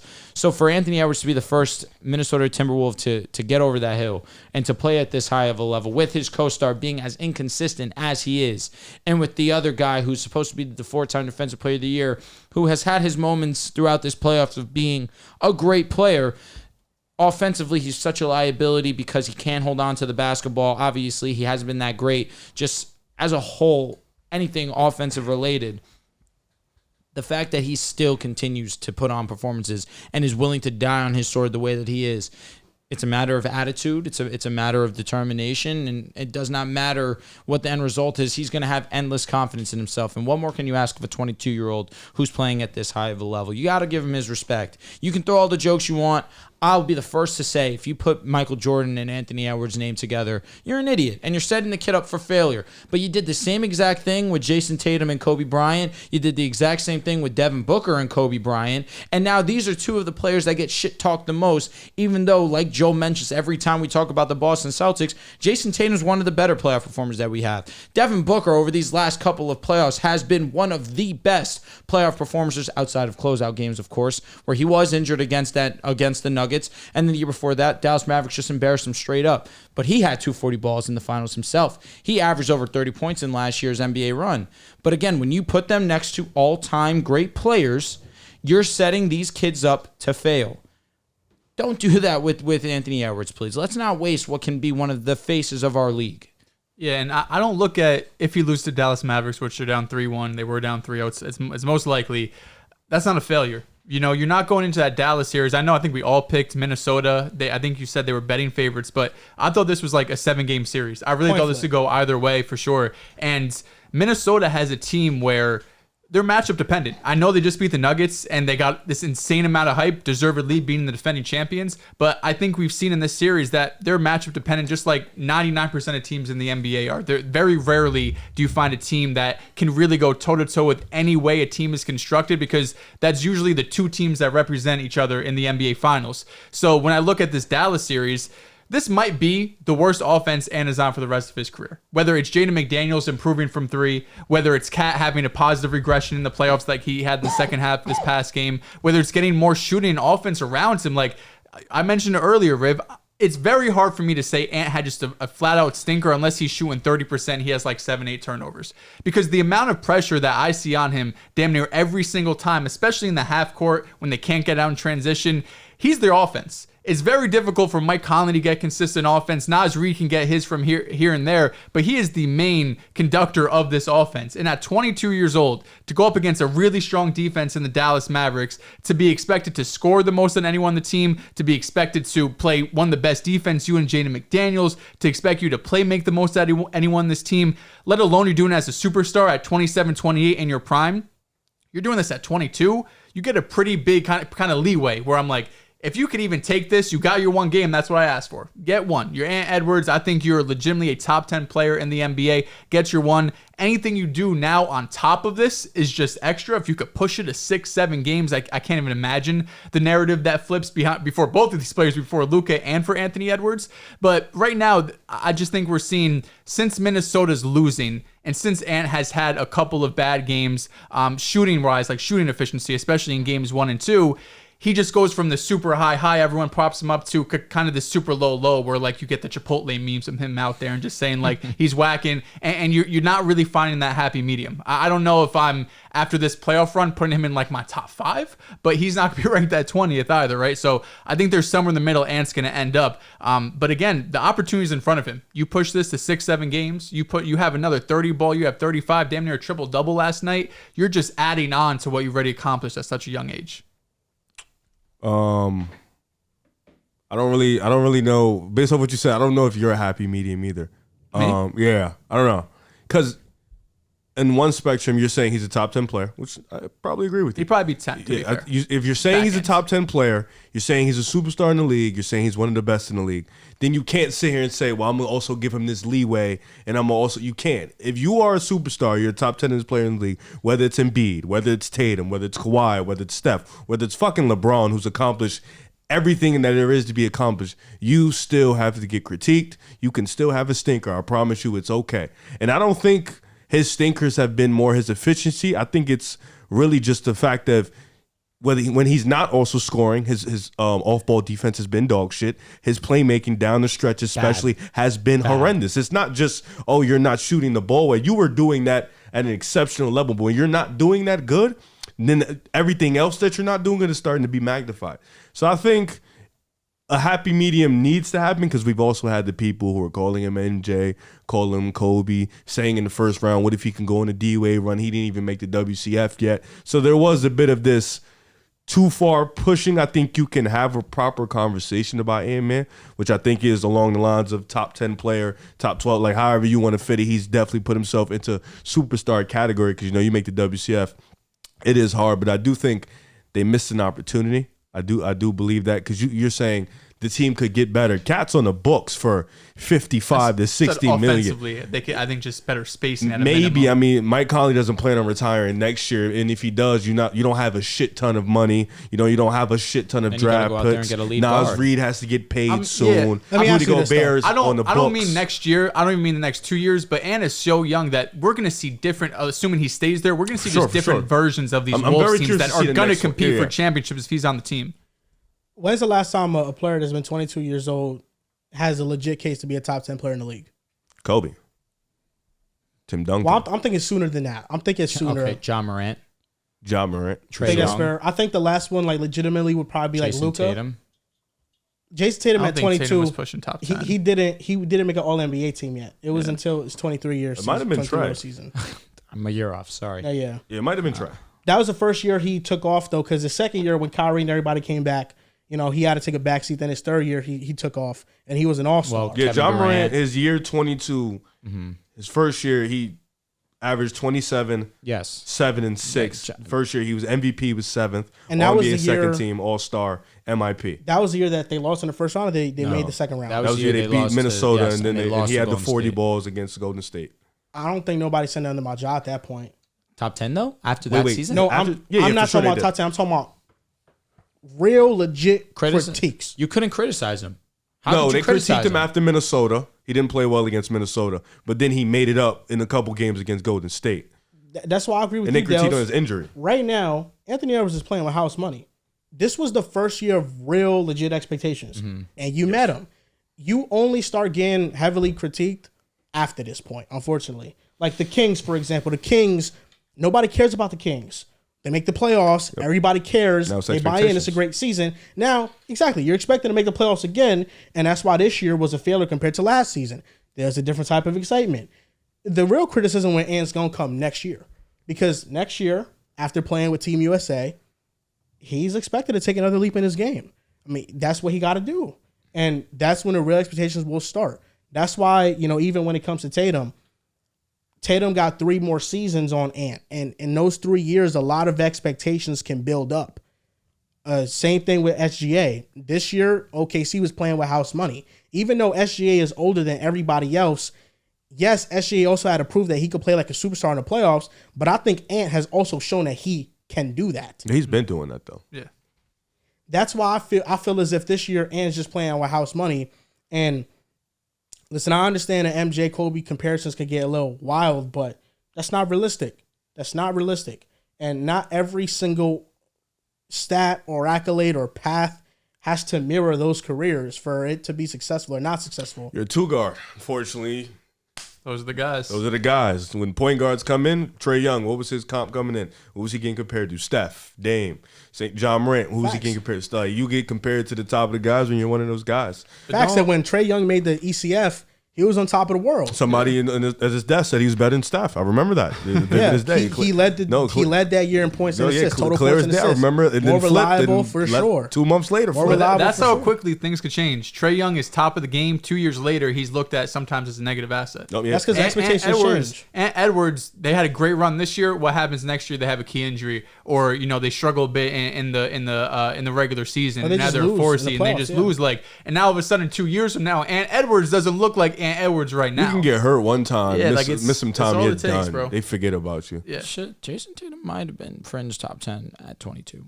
He could have. He might have been. And what year was that? The 22 was 2020, bubble year? 2021 2020, season? 2021. That was the The year year that he after dropped the 50 bubble. against the big 3. Yeah. Word. Lost in the first round, but regular season, what did he put up? 26. 26. He was 26 and okay. 8. Yes. 26 So what was That your a question bad- for bad me? Celtics And that team was terrible. What question? I mean, do you think Anthony Edwards has been propped up too early? Oh, that was the whole. I think only when they go too far with the Kobe stuff. Like I feel like the two best shooting guards by far. Like they have such an insane gap on any other two guard, and then it's like you got 6 rings, 5 MVPs, 6 Finals MVPs. So let's even take it down lesser than that, but still very high praise. I think, You think he's the D-Wade- best shooting guard in the league? He's there. He goes. I don't think he's the best shooting guard in the league. Because we have a Would You Rather just 2 weeks ago. You picked him over Donovan Mitchell. Of recency bias. Okay. Okay. You're flipping back. And Devin Booker, by the way. You picked I him know. over I think they're both. both better than him. I'm with You that. think Don's the best too? I do think Okay, but Donovan at that time, which wasn't that long ago, you picked Ant over Devin Booker and Mitchell. Yes. So that's recency bias. You're taking that back. Yes, I am taking You that think Devin Booker and Mitchell are both better? back. Yes. It's 1A, 1B for me. I don't think 2 weeks ago he played Boston. No. He definitely was playing Denver. No, I'm talking about Ant. You're talking about I Donovan. mean, I'm talking about Donovan. I'm sorry. Yeah, I mean, he played, 2 games? The He cooked, three don't get me players wrong. are so interesting three? because each three are better at a certain skill set than the other. When it comes to passing and playmaking, I probably would lean Devin Booker. Lost me. Nah, it's Mitchell. It's Mitchell As by a far. It's actually by playmaker? It's far. Mitchell, yeah. He's the only one that can actually legitimately play point guard out of all three of them I consistently. think Booker's a better offensive player. Like, he's a better scorer. He's probably the best scorer out of the bunch. All right, so here we go. Well, I think he's a clean- more I can't he's a talk more for 2 versatile seconds. scorer. Are you talking about WWE for 20 minutes? Can I get some time in there? Okay, that's fine. I get some top at it. Damn. Anthony Edwards is the best defender of the three by far. When it Finisher. finisher, probably Anthony Edwards. Yeah. When it comes to scoring, I probably lean Devin Booker. Although you have Donovan Mitchell, who has Donovan's a unbelievable highs flamethrower, too. Yeah. It's just weird when you have the three. There's just an individual skill set that each of them excel at in their own way, but the best combination of what you would want in that, to me, is Anthony Edwards. Obviously, you look at the efficiency. The I one disagree. thing that lacks is the playmaking at that high of a level, especially given the fact that he's been turning the ball I over. would a good rather my amount. two guard be an okay defender, a great playmaker, and a great scorer, which The is two Donovan guard is Mitchell. not essential. That you shouldn't have to be if When you're they're a the two primary guard. guys. I'd on their rather teams. have my two guard be a great scorer, great defender, good playmaker. I mean, Yes. but Ant is only a great ISO defender. That matters a lot. That does matter. It does, a but lot. Donovan isn't a terrible one, and he's not a terrible team defender. He's not locking up Jamal like He doesn't Anthony need Edwards to does. lock up Jamal. Well, I mean, It's a big plus that Ant can. Minnesota He can- needed Ant to lock up he Jamal. can in spurts, yeah. And he can't also- for a full series. and If also Minnesota we doesn't don't lock know- up Jamal, they lose that series. We don't know how real this shooting is with Ant because he's not gonna. I don't think he's gonna shoot this Wait, efficiently. Ant doesn't what? Oh, you talking about in Game 7? full season. No, I'm talking about for the totality of the series. I mean, Jaden had Jamal L. No, he did too. Yeah, But so- Anthony, it also is a plus that you could take Jaden off of him and you are comfortable with Ant Oh guarding yeah, him 'cause he yeah, locks him up. for sure. But it's a plus when your two guard can play make and actually make the right pass and actual advance reads. That's and why score. that's why you have a point guard though. That's why you get a point guard. Two Oh, point guard. brother in Christ! You're the primary guy. You need to play make. What are we doing No, here? Yeah, you need to be can a- be you able need to to be a play good make, but at the playmaker. same time, like I you're feel like a lot not of the that comes point with guard. experience, Are we too. are For sure, are we for sure. propping up Kobe Bryant because of his playmaking or his scoring?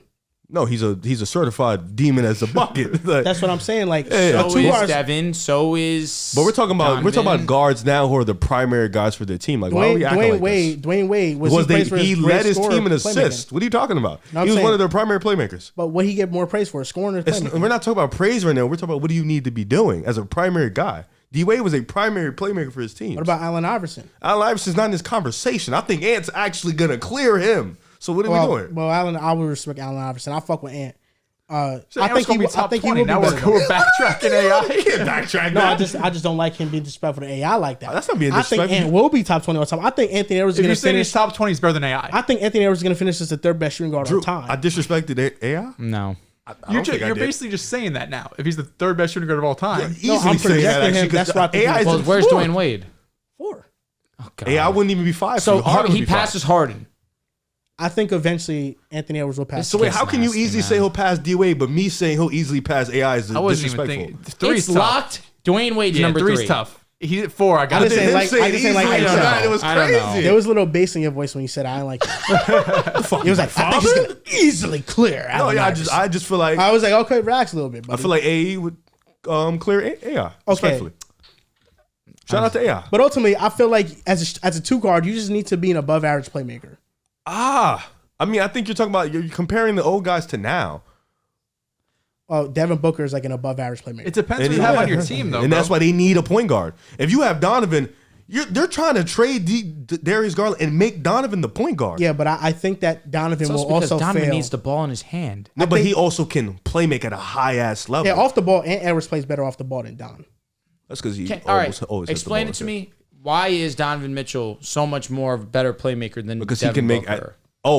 Devin Booker. Yeah, I'm stuck on that. Because I think he can make more advanced reads. I think he's better in the pick and The roll. skip passes, is that what it is? Skip Because I know passes is Devin also one Booker, of them. that's one of his That's weaknesses. definitely the main reason for The me. skip passes. Because I'm wondering, because I know he had a lot more responsibility. Let me not say that. Because Donovan, obviously, still, with Garland on his team, he's still going to have primary ball handling Yes, responsibility. Does not matter. He's gonna handle that ball, But we for saw, no doubt. I mean, even when he was with Mike Conley, he started to handle the ball way more. But Devin averaged 0.4 more turnovers, but obviously had more assists. I mean, assist is. But I also, understand that it's not the best measure, but that's why I asked. I know it's the skip passes. This is going to be That's a the cop issue. out, but I think it's legitimate. It's a legitimate rebuttal to this. no, listen. I think archetypes matter. Anthony Edwards is 6'4". Mitchell is 6'1". I think you need to 6'2". be. Let's have some little respect. I think you need to be a better passer at 6'1" than someone at 6'4". So since you need to be, you're giving. But Ann has also improved as a playmaker. He's still just not. They're he's close. Not good yet. I don't think there's really a big gap between those two, as playmakers. You talk about who? Donovan and Devin Booker. I don't think the gap. I think is it's big. a slight gap. I think the gap with me is just I believe Donovan is just a better passer. Like there isn't a thought in my mind. No, I think he's a better passer too. I just think as a player, Anthony Edwards is better. Like as a complete player, the whole package. You give me everything. I want Anthony Edwards. You could think that. I think Donovan gives you everything offense. All right, if you go down the list, scoring, who would you go? Devin Booker, Donovan I Mitchell, think out of those Anthony three, Edwards. Scoring. I think Devin is the best scorer. It's Devin and Donovan. It's neck and neck. I like Devin Booker's versatility. I feel like Anthony Edwards, like this is gonna sound like I'm glazing, but like his dominance as a scorer, It's just I feel like physicality. That's fine. He imposes his will on the offensive side of the ball more than those guys. It might be Donovan for me over Booker to score. Sometimes with Donovan getting that mode, brother, I don't know. He's Oh, crazy. for sure. Booker gets in For that sure. mode. I mean, both of them. Yeah. They're Booker, when he unbelievable. gets It's hard because That's what I'm Booker's saying. playing with I mean, KD. I may have a cop out, but let's be honest. I'm It's sorry. close. They're two guards. What's more important, playmaking or defense for two guards? Let's. I'm asking. This may be a They cop out, both matter. but what's more important I was going to go down the list. Can I go down the list? And we I think 'cause these are the defense best is three? more important. for two guards? It depends who else is on your for team. passing. Forget about For passing. this Wolves team, I wish Ant was an elite playmaker and a good defender. But that's not the same for every team. Yeah. I mean, they all have, let's be honest, Cleveland and Minnesota have kind of the same team defensively. Yeah, Like they're they both have defensive-built shortcomings teams. on offense. Yeah, they're defensive built teams. So, yeah. You listen. Well, ultimately, I'd rather the great defense and good playmaking over the great playmaking and subpar defense. the great defense isn't because of Ant Edwards. No, he's individually a great defender. No, but it's not because of him. Because if you take Rudy off the floor, it's chops, bro. You mean as a team defense? Yes. Yeah. We But talk even about without They're 20 Rudy points Gobert. worse with him off the court. Yeah, even without Rudy Gobert. Say that number though, again. 20 points worse off the court. Even without Rudy Gobert, though, they were one of the better defenses in the league before they got him.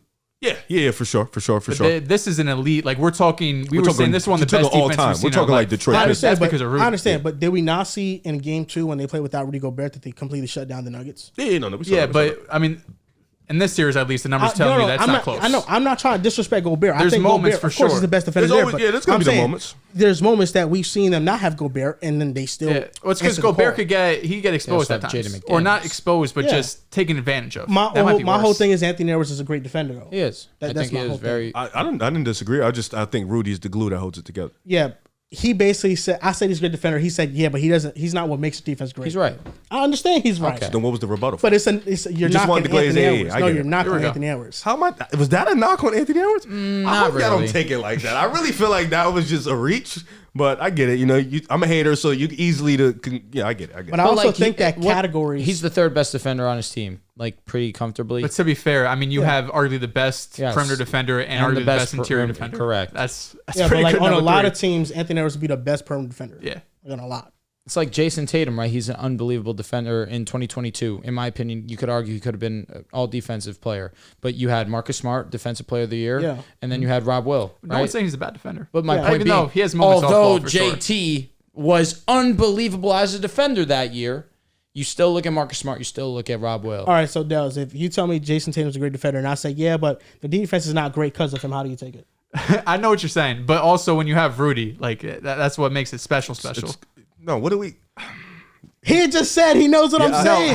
having Ant and Jaden McDaniels obviously contributes to having an definitely elite helps, defense. but my point is, Rudy had number one defenses with bad defenders on the perimeter. That's I also all I'm think saying. that just going category for category is not always the best way to He did that. measure players. No, I'm not saying. I'm not trying to like say he did it, or just whatever. letting you know he did I'm it. just saying No, like, no, it wasn't you.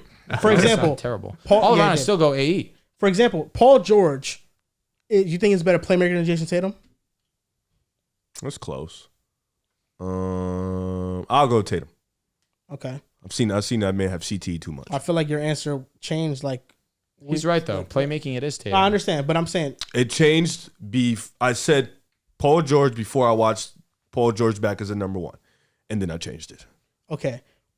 My ultimate point is that there are some players that can win in more categories, and that player is still better than them. Yeah, no, for sure. Like, I'm for sure example, a lot of players beat Giannis in a There- shit ton of categories. Facts. There are a lot of players that in offensive category, like handling, finishing, shooting, free, whatever. I don't know. In 2024, I still think that Jason Tatum has more just speaking categories.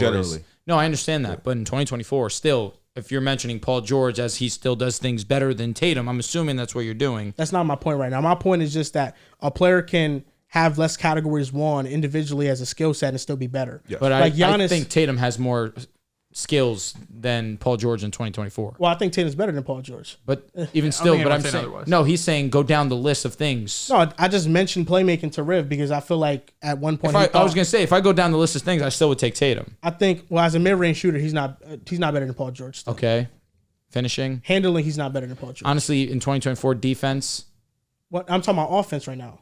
2024 Jason PG Tatum was a great defender. He was. Jason Tatum is also an Jason exceptional Tatum is defender. unbelievable. Ultimately, I'm just saying that in case you wasn't going to pay no respect Giannis, now. compared to other players offensively, That was a he better doesn't- example. He doesn't beat them category Like for Giannis and category, Embiid probably. but he's still better than them. Embiid probably beats him in a shit Okay, ton of fair. skill categories. And I think. feel like just I don't know. because Probably just shooting.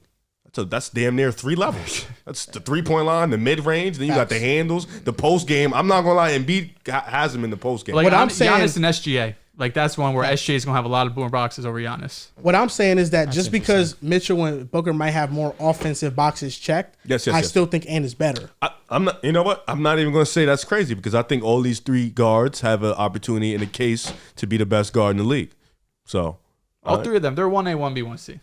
I'm with that. I I'm just not- feel like it's a special trio. sometimes you be trying to, and I feel like this year you were God trying to forbid we just push pick him a over side, though. Donovan too easily, and I don't like that. What do you mean? 2 weeks ago, you took Ant over Don. He was I would have wild. I Ant had to jump on the 1A. recency bias. I'd have Mitchell 1B, Booker 1C. If I had to rank So it right basically, now. you would have Ant at 1, Booker, Mitchell Yes. at 2, 1A, 1B, Booker at 1C. Don't do that. Yeah, brother, he's Have pride, dignity. I think Anthony Edwards is the best shooting guard in the game, and that's not disrespectful to say. not. I think Donovan's the best shooter. I would think have I- Ant, he's my Booker, 1B. Mitchell. Me and Yes. Dehls had a conversation Ant, about Booker, this. D. Mitch. Yeah, Agreed. that's D. my Mitch order. is at 3? Yeah. Why? Respectfully. Why did Ant go over Booker, but D. Mitch didn't go over Booker? D. Mitch has been to of Booker and what Mitchell. put Ant over Booker? The way he played in the playoffs and how just think Booker he's didn't better. show. Scoring and No, I'm not defense. asking you. I'm asking him because Scoring I and want to defense. know how he Okay. Scoring and defense. That matters. scoring and defense. Correct. What he showed this year. Correct. In the playoffs. Correct. So why isn't Donovan over Devin Booker? Because again, as a defender, he's nowhere near. Devin Booker? No, Anthony No, I said Edwards. why isn't Donovan over Devin Booker? Because he's a better player. There you have similar archetypes, just that Booker's better. Okay. You're accepting that? Here we go. I don't really get it. They're similar archetypes, I don't get it. except Booker's better. He's a better scorer. In my opinion, I still Super do close. think he's a better playmaker. Okay. All right. Can't argue that. Can't. I don't know. That's what you I think. don't know. I You don't- probably could, but The thing you is, weren't, so I Don- said you can't. What am I saying that's wrong? I just feel like you put Ant Edwards over Booker because of the playoffs. But Because I don't not think you really. had him over until Well, this whole season, he's been unbelievable. Oh, if we're talking this whole season, I feel like Well, that's Donovan has what- been that's better what we than have Devin to- Booker all season. Am I tripping? He was hurt for a while too, but it was close. I Listen, think what Donovan did in the playoffs, though, they were neck and neck. Donovan Devin in the Booker was playoffs- That's why I pretty don't get amazing this season. I feel as if it's not fair to Booker because he was playing out of position all year. Oh, you mean point guard? Yes. Oh, interesting. And Okay. he still was amazing. I'm just Still averaged 27, listen, 7. Donovan is in not the perfect situation either. I don't think Devin Booker's a point guard. I don't think he's a better player than I'm Mitchell. confused. I'm confused at this. I don't know. Maybe it's just me. I think he was playing out of position. We saw how he played with Chris Paul. No, yeah. Donovan doesn't play out of position. Point guard, shooter guard. He could do it. 27 and 7, almost 50% from the field, 37%. Yes, the from numbers three. look amazing. They're gonna. But look you're amazing. saying Devin Booker, you're kind of talking shit on him right now. You're talking. No, I just feel like playmaking is deeper than the 6 assists. Is there a gap?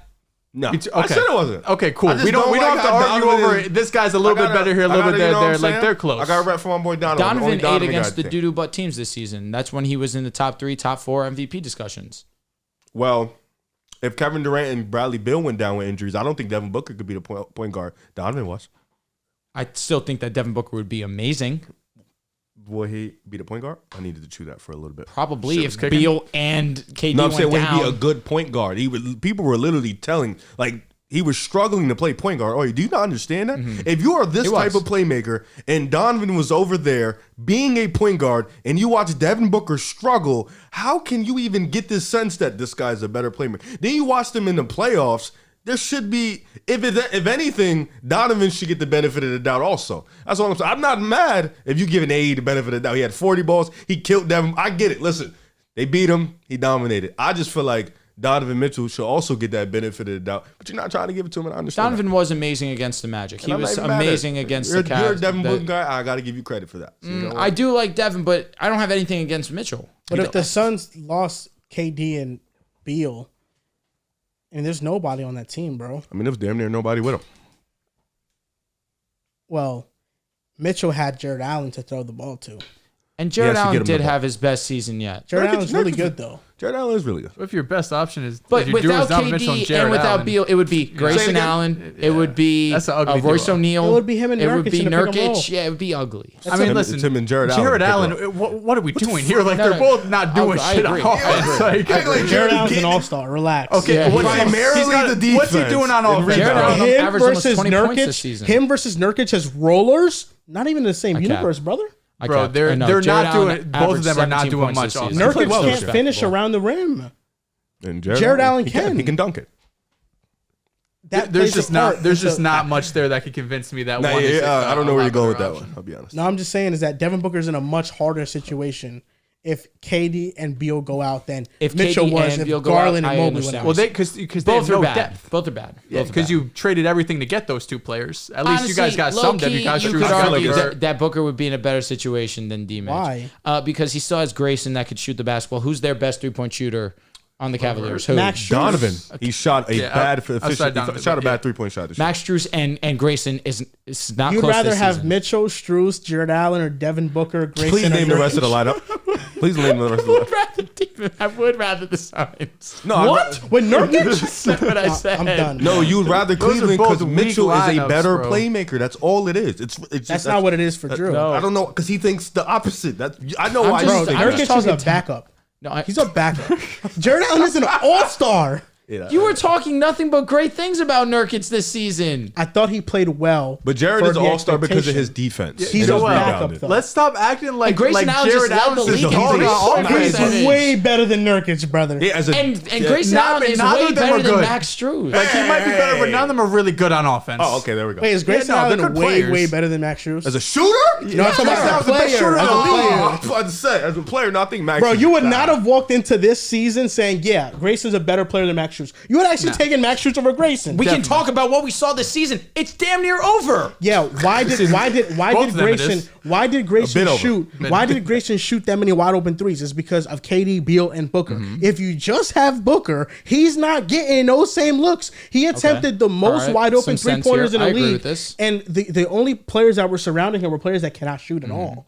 So he was being left open like a motherfucker who shoots 20% from three. 45% from three is nuts. Yeah, I know, but for his career, he has not been that. However you shake it, 45 is fucking insane. For his career, he's like a what, 39, 40% That's shooter. still That's still amazing. stupid. elite. What's It's what's still Max great, Strus? but this year's an anomaly though. The This year was highest definitely an 3-point anomaly. shooter on the team was Sam Merrill at 40%. He played 61 games, 18 minutes. The next highest with 20 minutes, Isaac Okoro, 39%. He still gets left wide open. How many threes is he taking? He is taking 6. Max Strus hit 45%, 35% Wide open, but of I'll his That's threes. six. dog shit.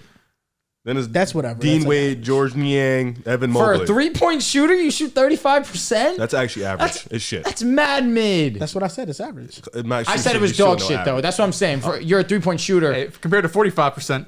Come on. I think Grayson is a legit 40% 3-point shooter. But 45% is an anomaly. Max Strus for his career is 36.5, so I'll give him the benefit of the doubt 37.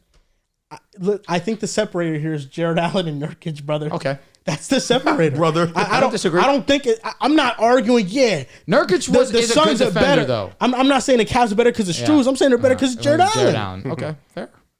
You're cooking, brother. You did. I agree with that. Cooking with hot grease. Who else would be the team? That Royce O'Neal, O'Neal, Nurkic.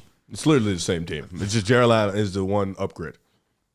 That changes everything. And defensively. Yes. Well, we're talking about offense. During that stretch, It changes both. Jared Allen can finish. Nurkic's finishing numbers this year were pretty horrendous. Really? Yeah. Like dog? No, like he couldn't finish. He's a good roller too, though. He just unfortunately cannot finish. Yeah, I actually am curious and want to look at his stats. Cool honestly. passer too. He makes these nice. Yeah. While I look at these stats, Mr. Okay, Dehls, he might be able to do more. I don't know. Offensively, you just had a very hard-fought Eastern Conference Finals appearance against the Indiana Pacers.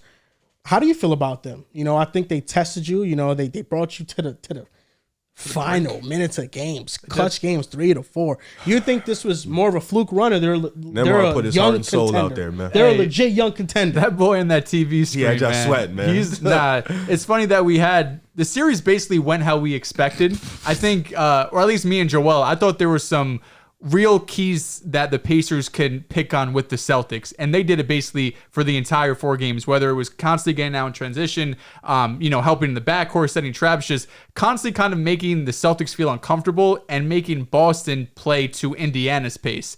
And even though they didn't have Halliburton, that style didn't really change too much, whether it was TJ McConnell, whether it was Andrew Nembhard. I mean, Andrew Nembhard, those last 2 games of this series, especially in that game 3 when they damn near won that, scored 34, 36 points. I don't know how exactly it's going to work with Tyrese and with Nembhard playing on the court together, because I think Nembhard showed that you get the ball in his hands, that's when he's putting in the most work. Like, I think he could play off ball. Of course, he's a good 3-point shooter, but with the ball in his hands, he was spectacular this series. Yeah. To talk about what kind of the future is for the Pacers, it's hard for me to label them in either group, because I think what Rick Carlisle's system has shown is that no matter what player you really put in there, I don't mean this is a slight to Tyrese, because we saw this, when he was injured even before this playoffs. His offensive system works, and you're going to be able to score points. You're going to be able to generate threes, and then defensively, you can be able to limit a lot of teams' threes. And in 2024 NBA, that's a pretty good recipe for success. But also, when you go into next year, I'm just thinking ahead how I'm predicting the East. Boston's healthy, I think they're better. The Knicks are better, I think they're better. Healthy. The Knicks are healthy, I think they're better.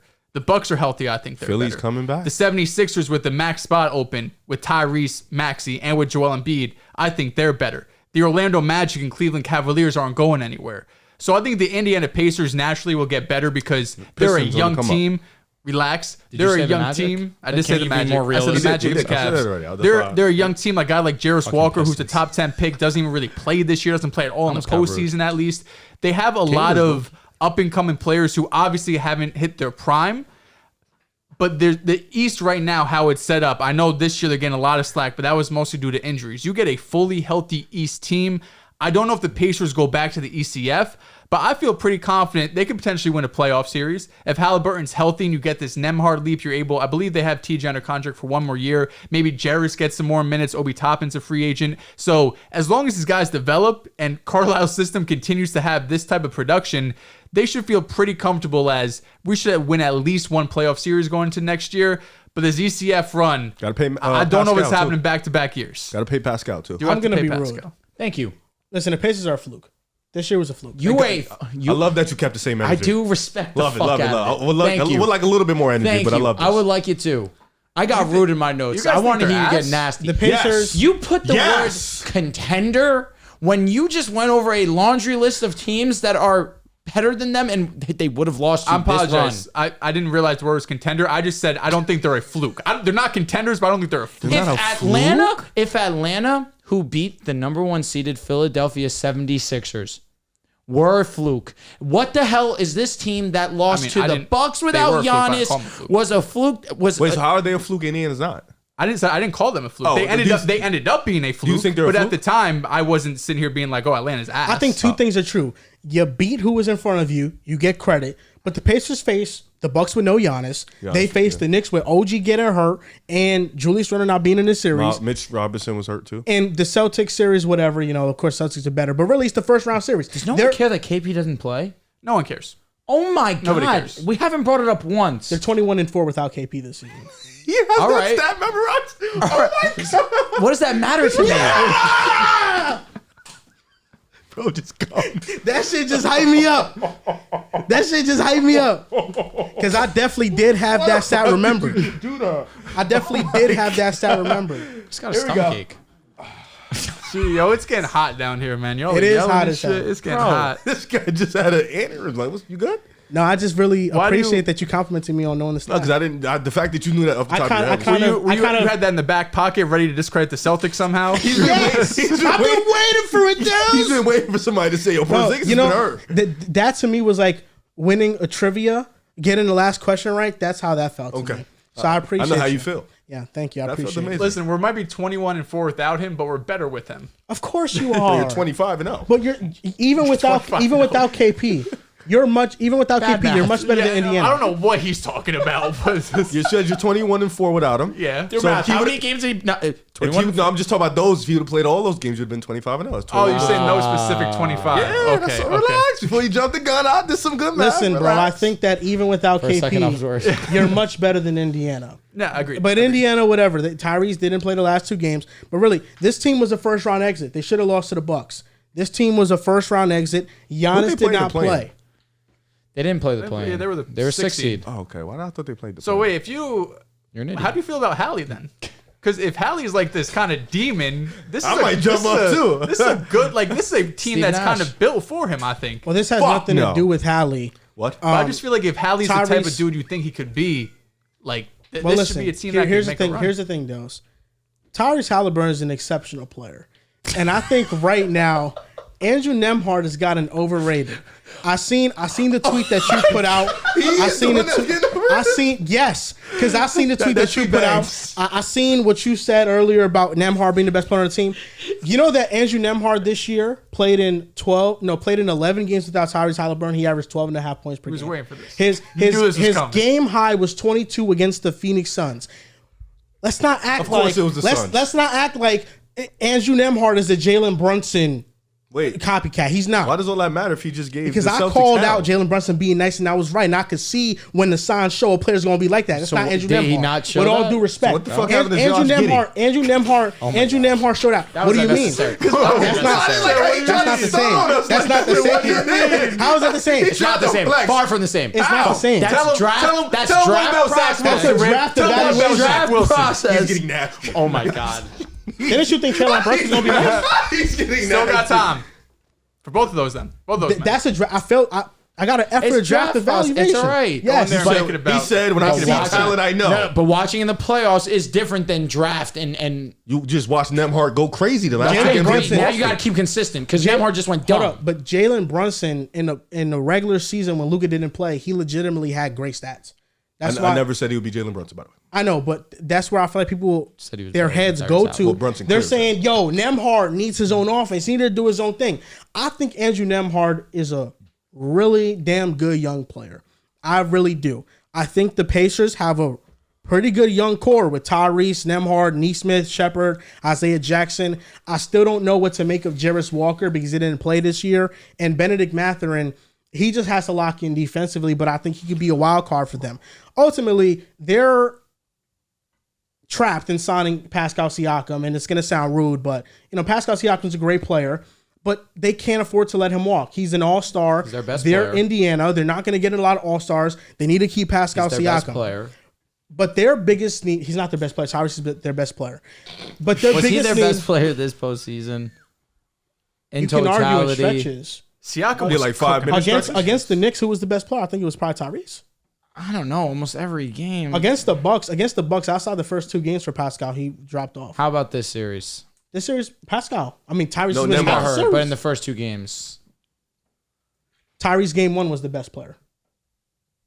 even okay, all right. I don't remember him. I think their biggest need is wing defenders. Is that necessarily true? I think he had the fourth quarter. He went scoreless. Yeah, but he had 26, 13, and 5. And then ended scoreless. I don't know if Siakam had game 1. I'm arguing Siakam versus Tyrese. Oh, I have no. Well, game 1 he was better than Nembhard too. Well, 24, 28, no 22. Battle. Game 2, Siakam. Siakam had 24, 12, and 7. Oh, sounds the same to me. It's amazing. Game 1, Tyrese had 25, 3, and 10. Sorry, with 3 steals and a block. Siakam won. Game 2, Box score wise, clears. Game 2, Pascal was fucking unreal. And then Ultimately, their biggest need is wing defense, and I don't think that they're going to have the necessary cap space to get another wing defender, unless, they are banking that Mathurin takes that next leap.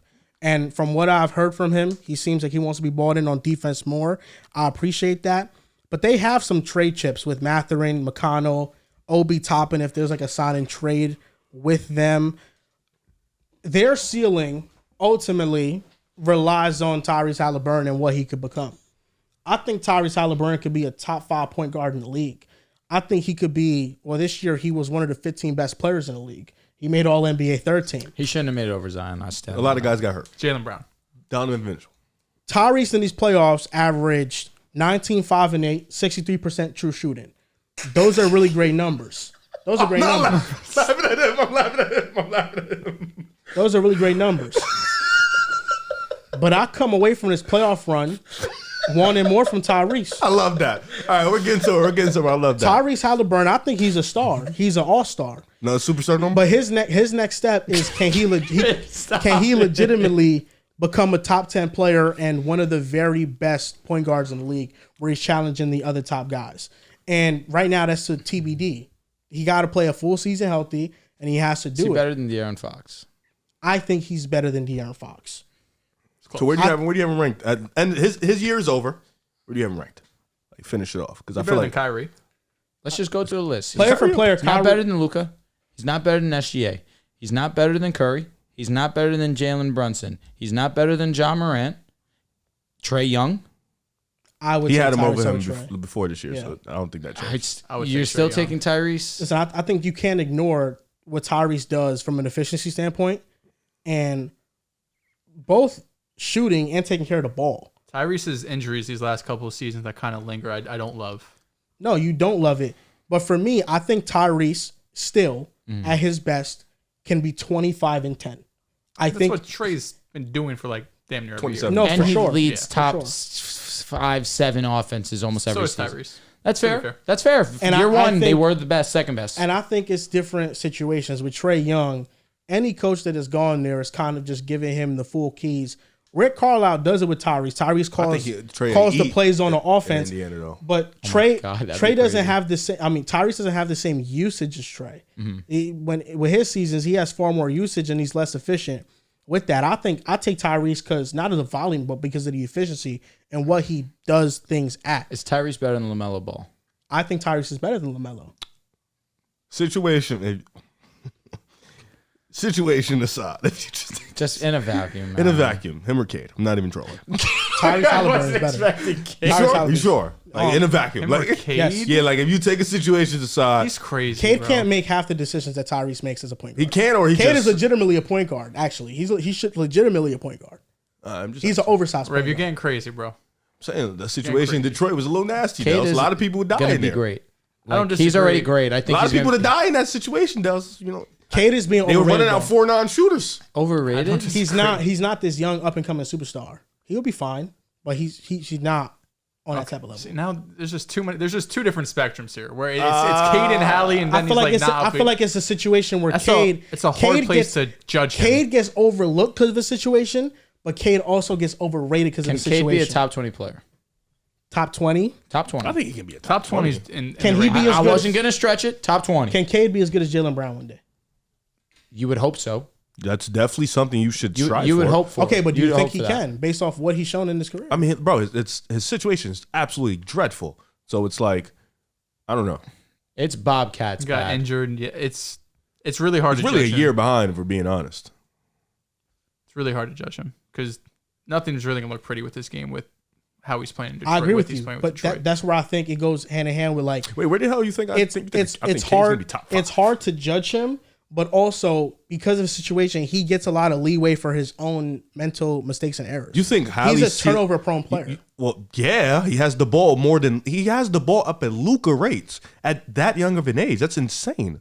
But with even that if you- roster. But his turnover percentage is far more than Luka's though. No, of course, because he's not Luka. Luka. He's not. It's like he isn't Luka. He's throwing corner passes to Asar Thompson. You think he's a great playmaker? I think he's a good one. You think he's good, or I think he's more like below average. I think he's like No, an I average. think he's good. I think he's good. Okay. I think the situation paints out his turnovers a lot more. I think he's good. I think he has more responsibility than most. See, Honestly, that's you where I could be disagree looking at with it you. as a positive too, because he has so much attention. Yeah, Defense he is has the naturally gonna learning gravitate more curve. to him. Wait, But he's but I young, don't think getting these Halliburton's. doubles and I don't think getting Halliburton's blitzed. ceiling is. Their ceilings are far off from each other. Like you're making it seem like Hallie has this insane ceiling that Cade can't reach. I think he can definitely reach that ceiling. I think I don't think it's far off. Is Might be Hallie's possible. I ceiling November? I'm not using this. I'm not being funny. Is that his ceiling? That's his ceiling. Yeah. That's an a great amazing player. fucking Oh, player. that's his ceiling. That's ridiculous. That's 25 and 10. That's what I mean. I mean, that's that's a what I think he could ridiculous be. player. I also don't know if that's I the think ceiling because Cade- that was insane efficiency. I think Cade will never be the point guard Tyrese is. But I is don't that think never he's be really a point guard. I so? think That's he's a not two-guard. Tyrese's ceiling. November. To me, no. Okay. that No. might be So what do you think That Tyrese just is? might be numbers a wise stretch. maybe, but efficiency wise, That might just be a hot stretch. Okay, that's which what I'm we've wondering. seen from players. He needs to stay healthy. That's Genuine number one, question. bro. I'm not trying to be funny. I'm not trying to make a joke. If that's sustainable for a whole year, that's an amazing player. But if you're saying that's just a hot stretch, which it showed to be, you know, I think he's like a 21 and 10 guy. Great efficiency. that's Nothing wrong with that. fair. I feel like that is his ceiling to me too. 22. I can live But with 21 and 10 is what he did this year. Yeah, He was 22, 20. 23. He was 20 and 11 last year. Was 21 and 10. that. I think that's fine. November, If he he damn near. continues- So you're saying 70% what he's shooting. averaging now is his ceiling. That's what you're saying. I don't think the numbers paint your ceiling. I think he can still be a much better. He clearly, obviously, has a shit he can work on. Well, It's I feel obvious. like but that's the next leap. So if he works on those things, he's more than 20 and 10. Not necessarily because you could still get better. And your numbers not always jump So up. you're to where telling they me need to be. he gets better as a finisher? What if they being get more another, what if they get aggressive, as a another player? mid-range What if shooter? they get another player and he doesn't have to? They're going to need another player if they don't want this to be a They fluke. gonna need him to be the best player if they want to do anything of relevance in the not playoffs. really. Yes, they do. Well, they Point do. guards don't really run the show. No, they do nowadays. because their second best player is Siakam right You now. saw Indiana at their best this postseason when he was at his best. yes. Yeah, you also saw it against teams that you literally just told me to my face this is a fluke run and that they shouldn't have been. What does that have to do with the Pacers? Look, my point being is we saw them at their best against teams that were injured and that were hurt, so they really wouldn't have even been in the games. Well, game one against the Boston Celtics, he was Boston, pretty and damn that's great. why I feel like Dehls is not calling him a fluke because outside of He's trying Porzingis, to- obviously, he's trying no, to- it's not even that. Porzingis is a big miss. Nobody's disputing that, but they even still. We felt like Boston should have still been up most games, Yeah, winning, yeah. and Indiana gave them hell, and they were up in most of those games, I just and think, even I then think they had the they're top talented. four. It's not even about the matchup with Boston. I think they have a lot of talented players, a do. lot of young They players. have a lot of good players. But ultimately, what my statement was that their ceiling coincides with Halliburton's ceiling. He's right. If they want to do anything of relevance, it's Tyrese who got to take the next leap in his game. It- And that's not 20 and 10. That's 25 and 10. I feel like I feel like their ceiling is more coming to who they're gonna bring in next to pair with Hallie. And I think Hallie can do everything. Realistically, in the who are you gonna pair with Siakam and Hallie? Who's a going to be a tough better player than Halliburton? They're just going to find. And if you bring in That's a another tough one. player, to me, you're kind of hindering Tyrese because you want him to continue to be aggressive. That's a tough because they're probably gonna run around with the same team, right? Next year they're probably gonna Probably. bring in. And You would think You bank Obi's, on if Nembhard we- to continue to and grow. this I is- think and Obi's this- gone and Jarris could hopefully get some This of is, those. and this is minutes not to the show you same something. situation as Atlanta, but Atlanta brought back the same team and banked on everybody getting better, and they were a first round exit That's the next true. year. That's a good point. So and they had a player who was he was much better than what Hallie was at that time in Trae Young, who was a walking 27 and 12. They were top offense, and this was with who was their coach at the time? I don't even remember who their coach What was. team? I'm sorry. The team that went to the ECF, Atlanta. McMillan. McMillan. Yep. Was that McMillan? Well, ultimately, right now, when you look at the point guards, Black, bald, mustache. Ooh, might have been McMillan. It was. it's Steph Curry, it's Jalen Brunson. He came in No midway. order. It's Luka Doncic, it's SGA. John Morant's in there. Jamal. Jamal Murray is also in there, but I think now the sixth spot becomes like a toss-up with players that you could put in there. Like it could be Fox, it could be Jamal, it could be LaMelo. Trae Maxey. Young, it could be Tyrese, it could be He's ignoring LaMelo. Oh, No, I was thank going to you. get to Thank it. you No, for respecting him. I think LaMelo's great I agree. in his ceiling, but I think the Hornets' best player is going to be Brandon Miller, though. I fuck with LaMelo, but I think Wouldn't be Brandon mad Miller's at gonna that, be truthfully, the because guy- Brandon that Miller guy. showed a lot this year, but at the same time, So I think Bag, Tyrese, the next step for shot, him, he got to finishing, take that serious leap into like the playmaking. top 4. LaMelo does everything on offense beautifully. That top 4 is tough. Does a fluke mean just never reach the ECF again? Like, how are we judging a fluke? Just Yes. not real contenders? Yes. Well, if they lose in the first round, then that means that this run was a fluke for sure. I mean, it's a fluke until proven otherwise, to me, because I feel like you literally, like if Giannis plays, I think the Bucks win. If the Knicks were somewhat healthy and they weren't losing players mid games and shit, I think the Knicks would Well, win. let me ask you, Dez, if the Boston Celtics, once they made the finals in 2022, if they got eliminated in the second round, the very 2 next years after that, are you saying the finals run was a fluke?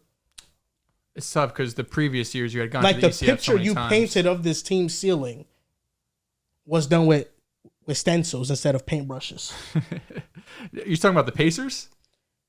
Or you're talking about Boston? It all pertains back to the Pacers. Oh, yeah. I mean, listen, I don't know if in the next year or two, if they're going to make a finals or an ECF, but I feel like they're going to be a team that's consistently in the playoffs and has potential each year to win a playoff series. I don't know. ECF, if you say never get back to the ECF, it's a fluke. I think I'm okay with that because you're banking on probably a lot of injuries or some real progression that sometimes year to year, sometimes player progress, sometimes they don't, sometimes they regress. So it's hard to just say like in 2K, like you go from an 80 to an 82 just because you went from 23 to 24 years old. But I think they're going to be like one of the top 6 teams in the East for the next couple of seasons. Which means that potentially they had to play one of them top teams. I agree, but I also think those top teams have flaws. Like I think the Bucks, who are aging, with fast team like Milwaukee, fast team like Indy, I agree they would have won. But I don't think outside of Boston and if New York gets healthy, I feel like a lot of those teams kind of have flaws. I feel like Philly would have stomped them. New York would have handled them pretty swimmingly. New York was in there. Philly probably. Shit, Philly Probably. almost beat New York. That Yeah, but series was good as Philly fuck. lost their minutes without Embiid, and the Pacers got the bench advantage. That could have swung the series for them. Yeah, but I feel like the minutes with Embiid, they'd have been whew. And Tyrese was playing at a different. I'm talking about Maxey. Yes. He was, and they have max contract on the books ready for next. And again, season. like I think the Cavs and Magic going forward, like specifically next season, I think they could be better. But I think you could go into that series and it's a toss up either way. damn, if the Magic and the Pacers would have matched up, That would have been a fun battle. That Two would have way been a different fight. styles. And Yeah. that would have been because I mean, like, listen, I know you could say like, how the hell do the Celtics let Andrew Nembhard and TJ McConnell go crazy, but they also have probably the most respected backcourt in the NBA when it comes to defense with Derek White and Drew Holiday. Like, these dudes weren't. It wasn't like the Celtics are out there just not trying. Like, here, Nembhard, have your 30. We're just gonna let you have it. That game 3 where you were down 18 and then you decided to play basketball, you kind of like. But I mean, he's still even game 4 he was cooking. It's not like we're out. It's at the end of the day, it's a conference finals. Like, I don't think Drew Holiday and Derek White, even though Drew was sick game 3, is just like, yeah, I'm just gonna let him get this bucket. Like, they were consistently generating offense. sick. You saw what Drew was up to. He unfollowed them today. Yeah, nah, he was on some shit. what was the question again? Are they a fluke or a contender? Fluke or young Fluke or contender? young Young contender? contender, sorry. Ooh, young contender. Oh, young contender is different because then can I group them with like the Magic? I guess. Like, are the Magic a young contender? Like, I view them the same, even though the Magic didn't win a playoff series. The Magic aren't a young contender. They're not a young contender. The Magic, the thing with the Magic, Magic they have got, their ways. They need shooting. they definitely got some ways to go, but they got a little bit of money. They got some really young really nice young players. Got tradable pieces. Yeah. They need a point guard. Like, that's They how I have, see they them. have an shoot. identity. That's how I see them. I see them like the Indiana Magic. similarly has an identity to their offense. Their running gun offense is pretty Like, dope. there's a path there, but it's definitely not complete. Far from complete for both those teams. I just don't know. I think Orlando has ways to get better as a roster. I think Indiana's going to be more internal. I agree. I don't think they can go out and make these like insane amount of moves. I think Orlando has legitimate wiggle room to really make moves and become way better. Plus, internally get better. I mean, the last player they have that there's hopes to become a star is Mathurin. That's the wild card. If He Mathurin was can hurt this become a whole- star, Jarris Walker too That's is huge. like someone who just barely played at all. I Yep. mentioned him earlier. Like, he's another player that Obi played take well in top spurts 10. this Gotta postseason pay him. too. He Yeah, did. he's not gonna come back. yeah, no. To get his money, I understand. You They- need, Jarris to, you need to give Walker- Jarris minutes. Jarris Walker's get like him a on the court. Swiss Army knife, but like star, that's Mathurin. I think if Mathurin buys in on both Mathurin's ends, tricky. I don't know if Star would group Mathurin with that He either. needs to lock in on defense because they got a lot of scoring. They got a lot of shooting already. Like, if he could really lock in on defense, then I'm with I you. mean, he was but the 7th overall pick. I mean, his college tape is different.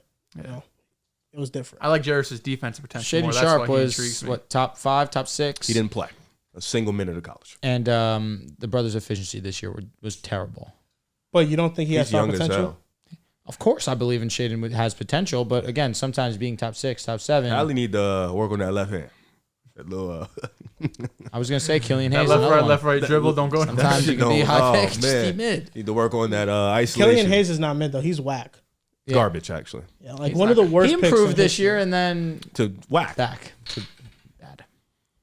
You know they're talking about they're gonna give Pascal the max and they're gonna pay Nemhart this year because he's extension eligible. Damn. He's 24 What's years Siakam's old. max? Like 200?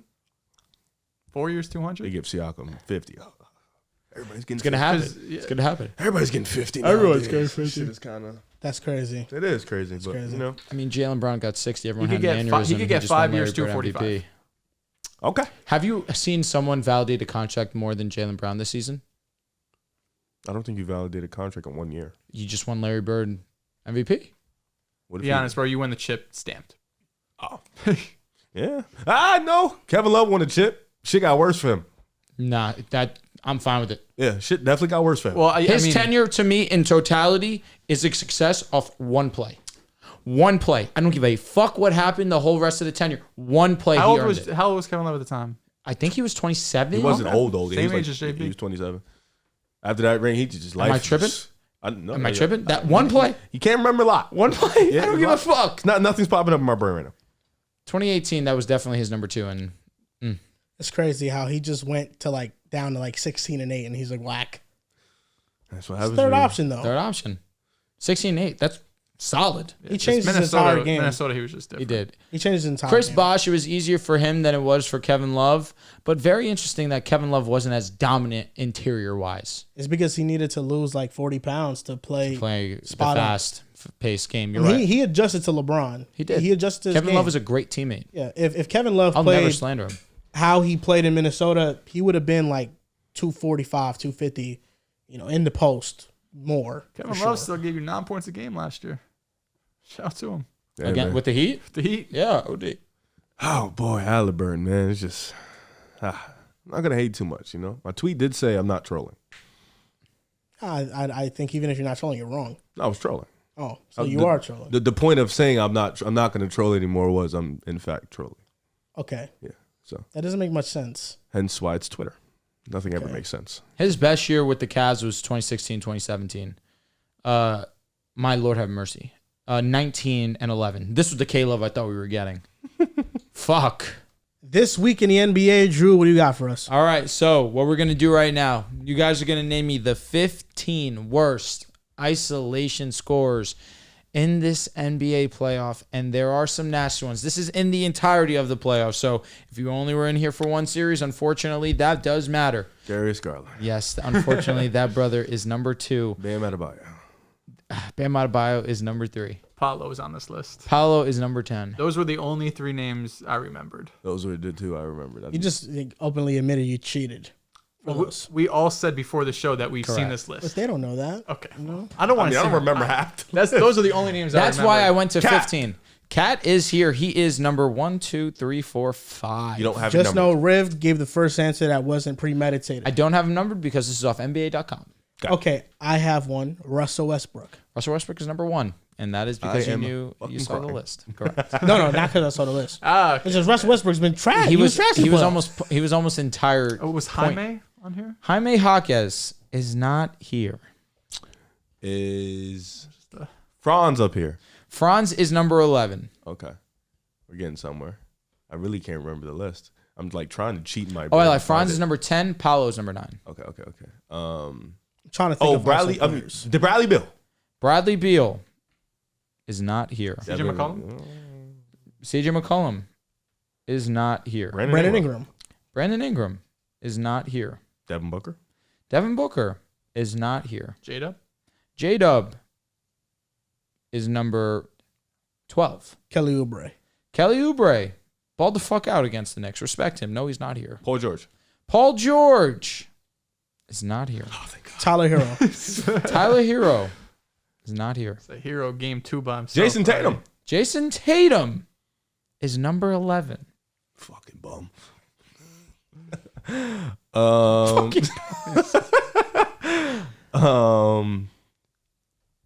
Jamal Murray. Jamal Murray is number 14. Jaden McDaniels. Jaden McDaniel is not here. Respect Jaden Dehls.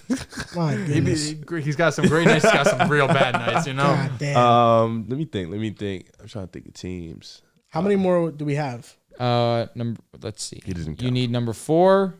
You need number 6, 7, 8. You need 13 and 15. Jalen Suggs. Jalen Suggs, not here. Devin Booker. Said him I already. already said that, and he was not here. Cole Anthony. Cole Anthony is not here. Evan Mobley. Evan Mobley is not here. Max Strus. Max Strus is not here. Herb Jones. Herb Jones is not here. I don't even think he'd be qualified. Spencer Dinwiddie. Spencer Dinwiddie, not here. D'Angelo Russell. Brother, can we get a D'Angelo Russell is not LeBron here. James. Are you done? Anthony Davis. Are you stupid? Austin Reeves. Are you back to being done? Rory Hachimura. Let me just confirm there are no Lakers on this list. That's why I picked this one. Does this count the play-in? No, Monte Morris. he's not here. Are these players starters? Some of them, majority of them are. I can't think of teams. It's kind of like Chet? Okay, no, he's not here. Let me say this. There's only one that is not a starter. It's tough to say, actually. Two not starters. Two non-starters. MPJ. Not here. Isaac Okoro. Not here. Reggie Jackson. Not here. Norman Powell. Not here. Norman Powell bald. Respect. Dante ISO, Exum. you know, Not here. he barely played. Think about isolation. Like, is Dante Kyrie? some isoing? Tobias? He has some possessions. Tobias is not here. Kyrie, number 15. Oh, he's in this list. Yeah. Wow. What was his number? If you can throw that. 0.92, which honestly, it's not terrible. I don't think that's good though. It's not good because you're not averaging a point per possession. Josh Giddey. Josh Giddey's not here. I can't even think of the teams that Is played Giddey the East. isoing? He definitely has possessions where he goes one-on-one. These are the worst. Transition. And I don't know. You've said no. You have given no indication that there's a sample size barometer here. I told you you could play in the first round, or you can be right now where you're at can right play here at 3 the Western games, That's not a Conference. sample Eastern Conference size. Final. It's an entire series. I know, but it's like At least. minimum 10 ISOs in the play. You know, that's what I'm saying. Valanciunas. Valanciunas is not here. Trey Murphy. Trey Murphy is not here. Evan Mobley? Evan Mobley is Said him not already. here. Dork. Fuck you, bitch. Karis LeVert. Zinger. Fucking bang. That is I knew number that. 4. That shit is- How many we got? Not Levert. That's easy. Talk your shit. Talk your shit. How many we got left? So you have number 7, number 8, 9. Dame. Dame's not here. Trey Patrick Murphy. Beverly. What'd you say? Trey Murphy. He's not here. Patrick Beverly's not here. Bobby Portis. Bobby Portis is not here. You're missing 13 also. Chris You're Middleton. missing 6, 7, 8. Chris Middleton's not here. Malik Beasley. Malik Beasley's not here. I'm just Guys, thinking of so- everyone I haven't said. Aaron Nesmith. He's not here.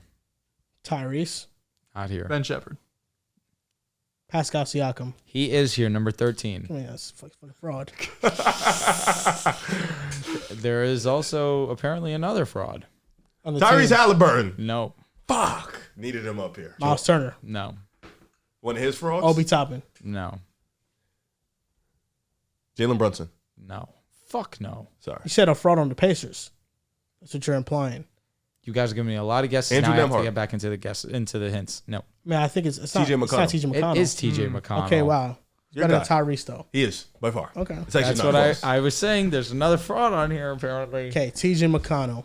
Can ISO. Did you guys No, they all can't except them. Oh, Tyrese can. Tyrese can't. So what? Did you saw his back pedal out of bounds? He didn't know where the right left was in between the legs. Like he's never seen when that TJ before. gets that little sideline baseline jumper, that's Y'all said Cat already, right? Yeah, I did. Okay, I thought so. So you need number 6, number 7. Oh, I thought we got them all. No, you guys have been fucking chucking. You have actually. done nothing. I've got No, for you've us. done one name. No, you've one really done non-gimme. nothing. All right. So that being said, You've done nothing. Dehls, I need an answer. Oh, just anyone? I need an answer. Who haven't we said? We said Brandon Ingram. Yes, bro. Said CJ. Yes. Austin Reeves. Yes, we've said it. Fucking God, he's not listening. He doesn't do anything, bro. Josh Okogie. Oh my God. Is Josh Okogie ISOing? Grayson Allen. Yusuf Nurkic. He got hurt. Oh. Who am I? Well, okay, I'm just going team by team. God bless your soul. Dallas, who haven't we said? Kyle Lowry. No. Shout out I'll to Kyle say Lowry. this name. East or West? That helps. There's an East, there's a West. Okay. This name is shocking as hell to me that he's here. Is he in the East? Is this one in the This is East.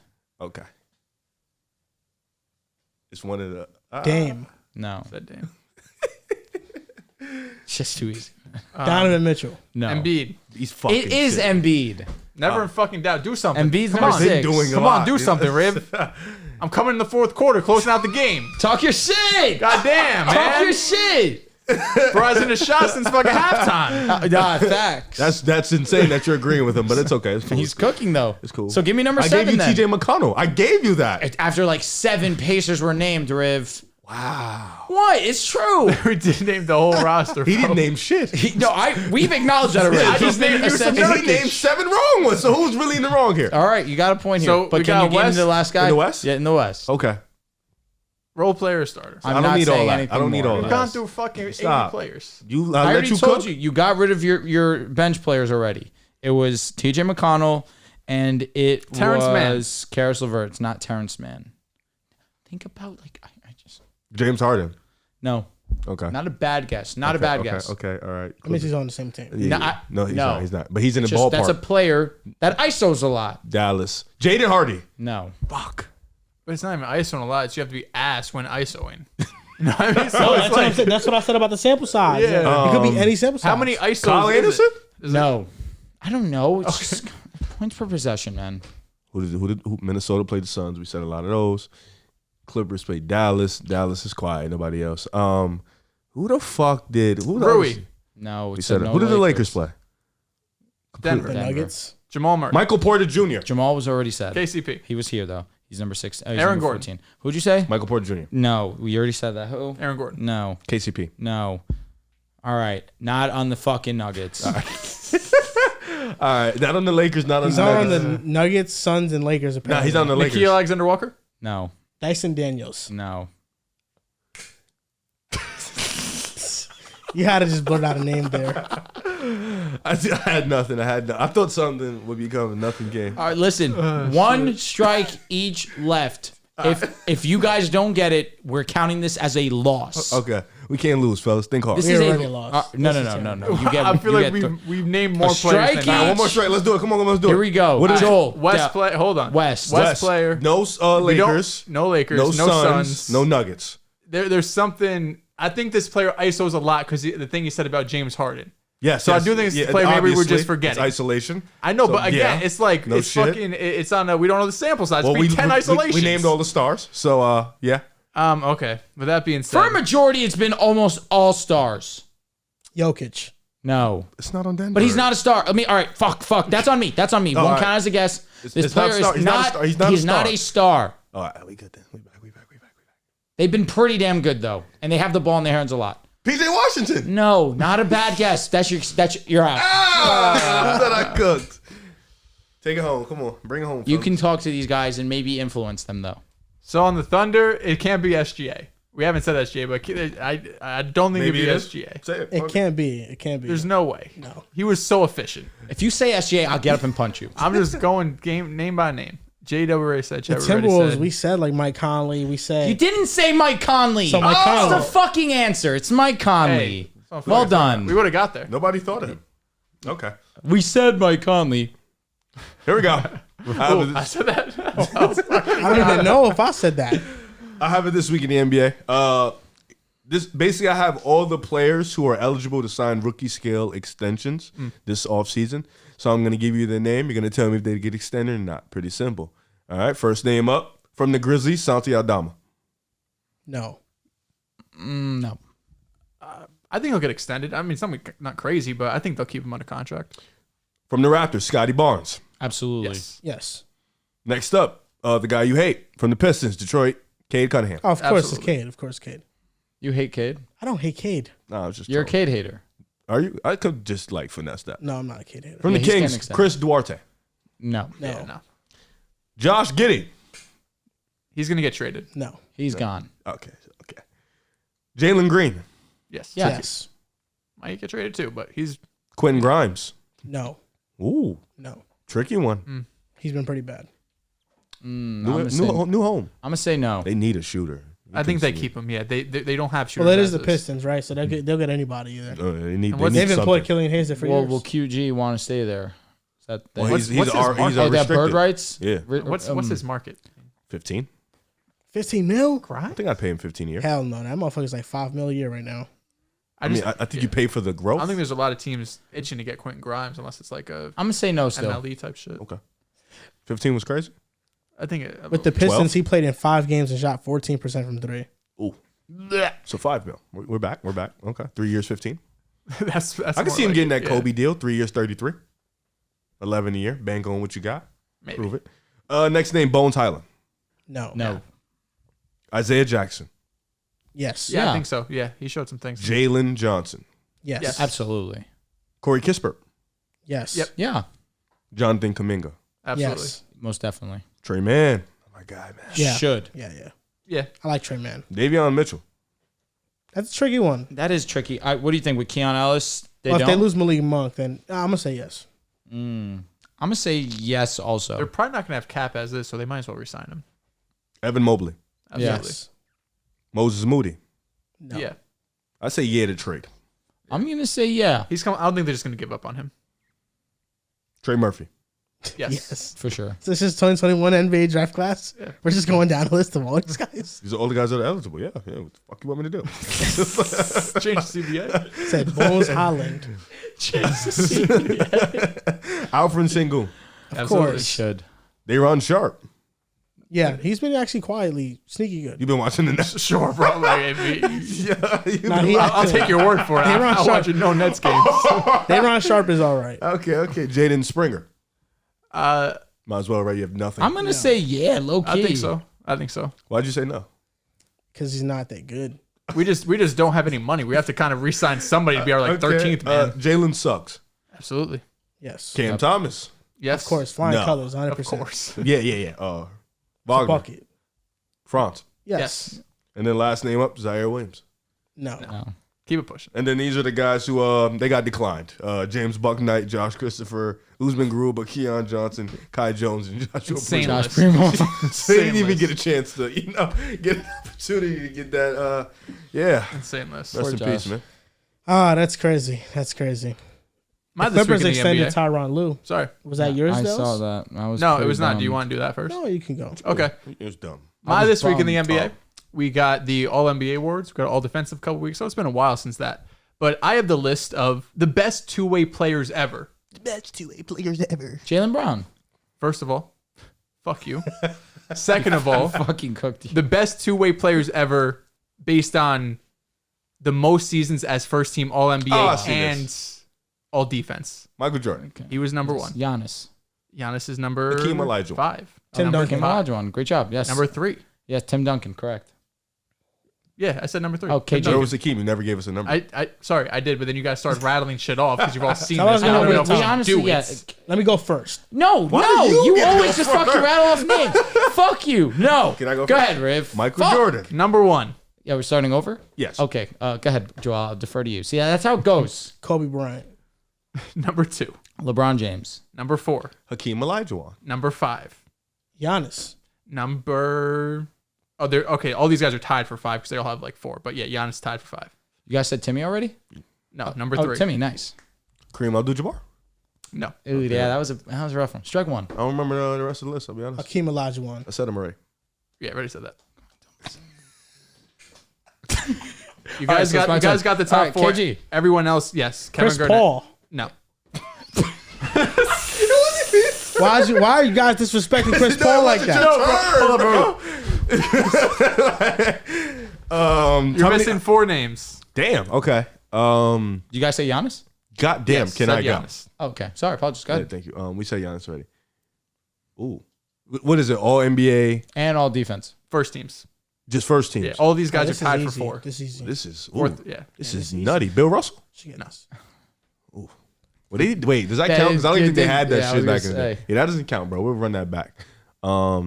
Scotty. No, Scotty. What? Scotty Barnes? What do you No, think? Scotty fucking Pippen. Scotty Barnes, are you fucking kidding me? That's what I was gonna say to you. Nah. You said KG already, right? Yeah, I said that. Okay. Damn, I'm blanking. Shaq? Kawhi.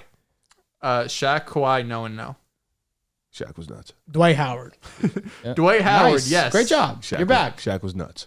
Why? All NBA first team You defense. got 3 names. No. Oh, it's first team defense? First Yeah. team defense. I First thought team it was just defense, all yes. defense. Shaq was I nuts. mean, he was a block machine. Yeah, Respect first him. team is crazy. Fuck you. All right.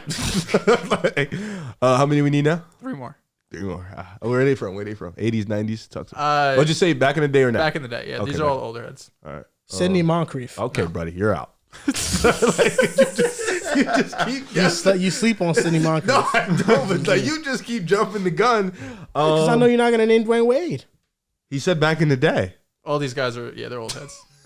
The video form straight. I don't want to say Mikhail. Why is Mikhail?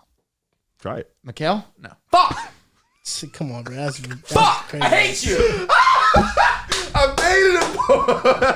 I baited him, boy. Fucking prick. You're an Come on, idiot. Red, the it's your same turn. side. Yeah, I know. I'm like, I can't think. Just name a player. James Worthy. No. What are you fucking dumb? Come on, it's shit easy. It's Larry Bird. No. Fucking defense? I guess he What wasn't do you- that what? bad. Oh, Wasn't NBA that bad. first team yeah, defense. first team. You got 2 dudes in the 70s. Patrick Ewing. No, you got 2 And dudes this in the Wes 70s. Unseld? 1 days in the 90s. Wait, say that one more. 2 dudes in the 70s. 1 dude in the 90s. Wes Unseld. No. You go with West Julius Unseld of Erving? all guys. It's an MVP. Yeah, you could have said Will Chamberlain. Is That's what Chamberlain. it Will Chamberlain? Walt Frazier. Walt Frazier, Yes. yes. You're yes. missing Wilt 2 Chamberlain's names. not here. No.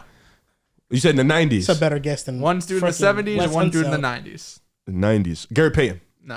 All Oh, right. that's a great guess. John Stockton. What the fuck are we doing? That's you Okay. on the money. Shut up. Got me.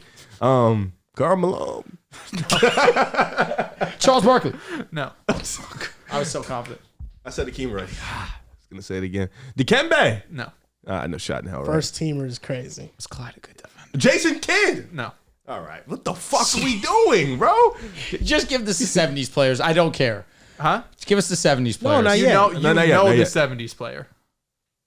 Oh, Willis Reed. No. John Havlicek. No. Moses Casey- Malone. Casey he Jones. played in the 70s. Moses More, Malone's a more good known one. than all You're of right, these that's dudes. the 60s. Yeah. It's on me. More known than all of these dudes. I said Bill. but Dr. J. No. I said him already. Dominique Wilkins. No. Not in the 70s. I'm just fucking. Oh, you're right. Fuck. That's on me. in the 70s. If it's Walt. Like Oscar. No, but Fuck! damn near the biggest fucking player in the NBA at the time. Wilt. No. No, we said Bill.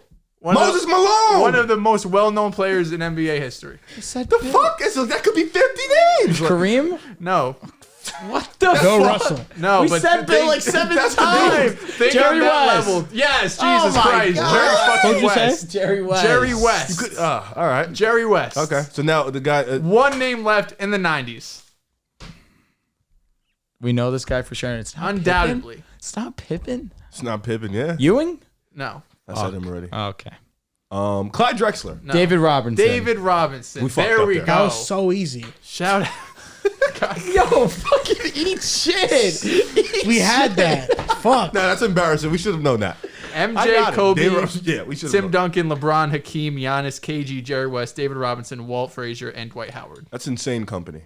That's insane. That is company. insane company. This guy Dwight, man, he's not top 75. Anthony Davis clears. I love that we all went the trivia route because I'm going the same route for my this It's weekend. the best. It's the most fun. I want to say this though. Tyronn Lue, 5-year, $70 million extension to stay with the Clippers. Well deserved. If your trivia is name head coaches that have gotten over 70 mil, I'm gonna beat you the fuck up. No, Williams. my trivia is how many teams in the West Mm-hmm. would have made the finals in the East if you remove the Celtics? So this isn't an indictment of some hating Celtics. ass shit. Trivia. We know the Celtics are great. I'm just saying this is a comparison between the West and East Okay. and how different the conferences Healthy. Injuries on or appear. off?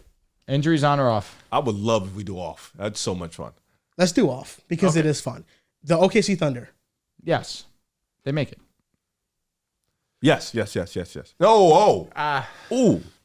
New York gives who them a would- battle. They lose to. Philly's a tough matchup for them. Okay. Bucks The too, Bucks just are- because of yeah. how dominant Giannis can be. Apologize. Injuries are off. Like Yeah. you said injuries on or off? Off. Oh, sorry. Interesting. Injuries off. Yeah, Embiid. Ooh, that's 40. That's a not night. a walk. I would say I don't That's not a walk to the I finals. believe like clearly they can make it. And How Julius, about let's do a scale? You get Julius 1 back? to 10, 10 being they would make it. I would give him an 8. 1 being they won't, 5 being it's a 50-50 chance. I like 8. I'm I 8 give with I give OKC. him like a 6, 7.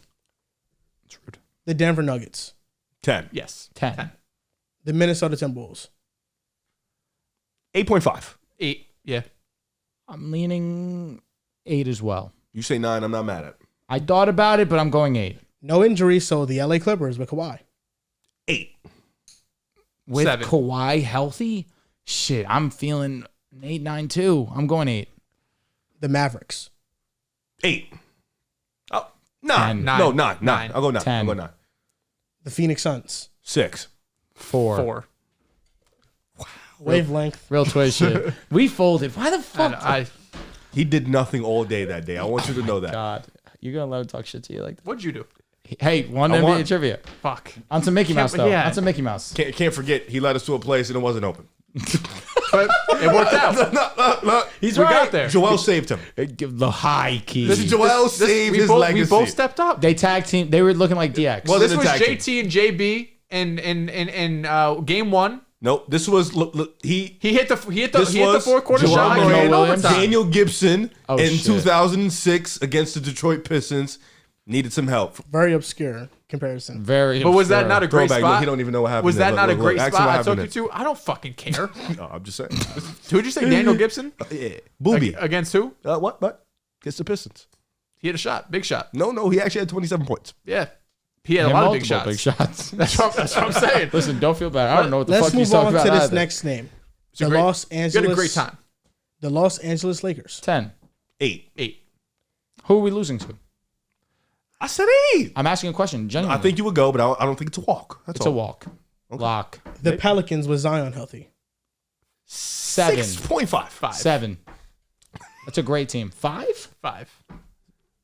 Did you gotta- watch the Pelicans this season? Yeah, they were fine. I mean, I feel like Fine. Milwaukee's built down low for Zion. Philly, you leave New Embiid York's got a lot sitting. of bodies too. Okay, keep going. The Sacramento Kings. Brother, 2. it's a 0. 1. You don't think the Kings have a chance to be like a conference finals team? in No, the I East? don't. No. If everybody's healthy, I do not. He said injuries off. 1. They're 0. The Golden State Warriors. 1. -1. I low-key think the Warriors are like a 50-50 chance. Brother, we play Philly, we're done. -1. We have no Team's big man. bad. No, I'll say 1. We can beat the Pacers. In the West, the Kings and the Warriors we doing? won 46 games, and that was the equivalent of the Heat. the Bucks won 3 more, by the way. The Heat were an 8 seed. The Warriors were a 10 seed. Yeah, the So Pacers. the Bucks were, what, 4? the Pacers, Magic, and Sixers 3. all had They 47 had 3 more wins. The East is just... Yeah, the East is pretty shitty. No, I think a lot of these teams would have a chance to like make the finals or the conference. If we had that finals. Boston gauntlet, we got Orlando and Cleveland. Talk. -1. Keep going. You're That's it. beating. Well, that's it. Unless are you you guys beating want to do the Cleveland? Rockets. Is this trivia? What was trivia about Well, that? it's not trivia. It's just a guessing game. do Trivia's kind anything, of guessing, right? Gonna be the Kings. No. Yeah, no. What's trivia then Clan's exactly? zero. Knowledge? This is knowledge. Tough look. You're expanding your knowledge on how weak the You're East reaching. is. You're expanding your knowledge on how weak This the is East more is. Boston hate. No, this isn't Boston hate. This is Eastern Conference hate. Because I You're a don't, Knicks fan. well, yeah, the East is weak, bro. Even if I'm a Knicks fan, I could see the East. Like is you gotta, weak. you gotta Rep your prop conference. up your But conference. I was curious as to why the East is so much weaker than the West. It was more hurt than the West. Yeah, a this lot year, of to be teams fair, though. underperformed. Like the Bucks came into this season, we were thinking them and Boston are basically on level playing field. Maybe the Bucks are a slight lower, but we thought both those teams can make the finals. The Knicks we were excited about. The 76ers, like a lot of these teams underperformed. I feel like the conclusion I keep coming back to is there's just better players in the West. As I agree with simple that. as it sounds, there's just more superstars in the West. As to the East, there's younger teams and on the rise, but there's not enough like true legit star power in the West for real. I mean, in the East for real. Yeah. Is Hallie a top 10 guard in the league? Like Guard? totality. Yes, Guard. Shooting guards included. just guard. The answer is no. Probably not top 10. Well, I named 5 earlier. Top 15. Then you got Mitch Booker, and I think it's better than him. JB. That's 8. Give me JB. Jaylen Brown. Okay, guard. Give me Kyrie. I feel like it just depends, bro. They are getting different attention. We can say That's Steph, fair. SGA, Luka. Facts. He's definitely like borderline top 10 though. It's not like he's just out of it. Do you think Hallie's a 1, or you think he's more along the 2 lines? I think he's more along the 2 lines. Because then I feel like that's when you can compare him and Kyrie. A 2A. 2A. But he's playing the 1. That's why I'm saying you can't compare him to Kyrie like that. He's hell is a running the 2A? show. What the hell is a 2A? My player. bad. 1B, my bad. Oh, Yeah, 2A. Got it. I never That's heard what that that's what they have. They have a 2A and a 2B in Indiana. No disrespect. I mean, no point guard. Yes. No point guard Pascal's in the a league champion. outside of Steph is doing that. That's a 2. Respect Really? him. Big guard. That's a champion. He is. Doesn't mean he's not a 2. Fucking bastard. He's definitely a 2. Like He's a heavy. champion. Jamal Murray's a heavy 1. He was barely a 2 for that run. Shit, man. He has his moments. He does. That fucking Jamal. Most 2. What do you guys think of the Lakers sign JJ Reddick? You think that's a good hire? I'm not against it. Get us a guy who's very analytical. Been a minute since we got Lakers talk. Very big. I'm excited. I missed it, truthfully. Move us to the modern day basketball. I feel like that's exactly what JJ would do. He put together a great assistant coaching staff. Also, hopefully we get Rajon Rondo in that group of coaches as well. Obviously, there's very few minds that are available as good as Rajon and JJ, for that matter of fact. But yeah, put us in the new brand of basketball, the modern day basketball. I feel like we haven't had that in a while, especially with Frank Vogel, who's defensive minded, Darvin Ham, who I don't know what he was, being completely transparent, but yeah, no, someone that's going to give us the 2024 version of basketball. I'm here for.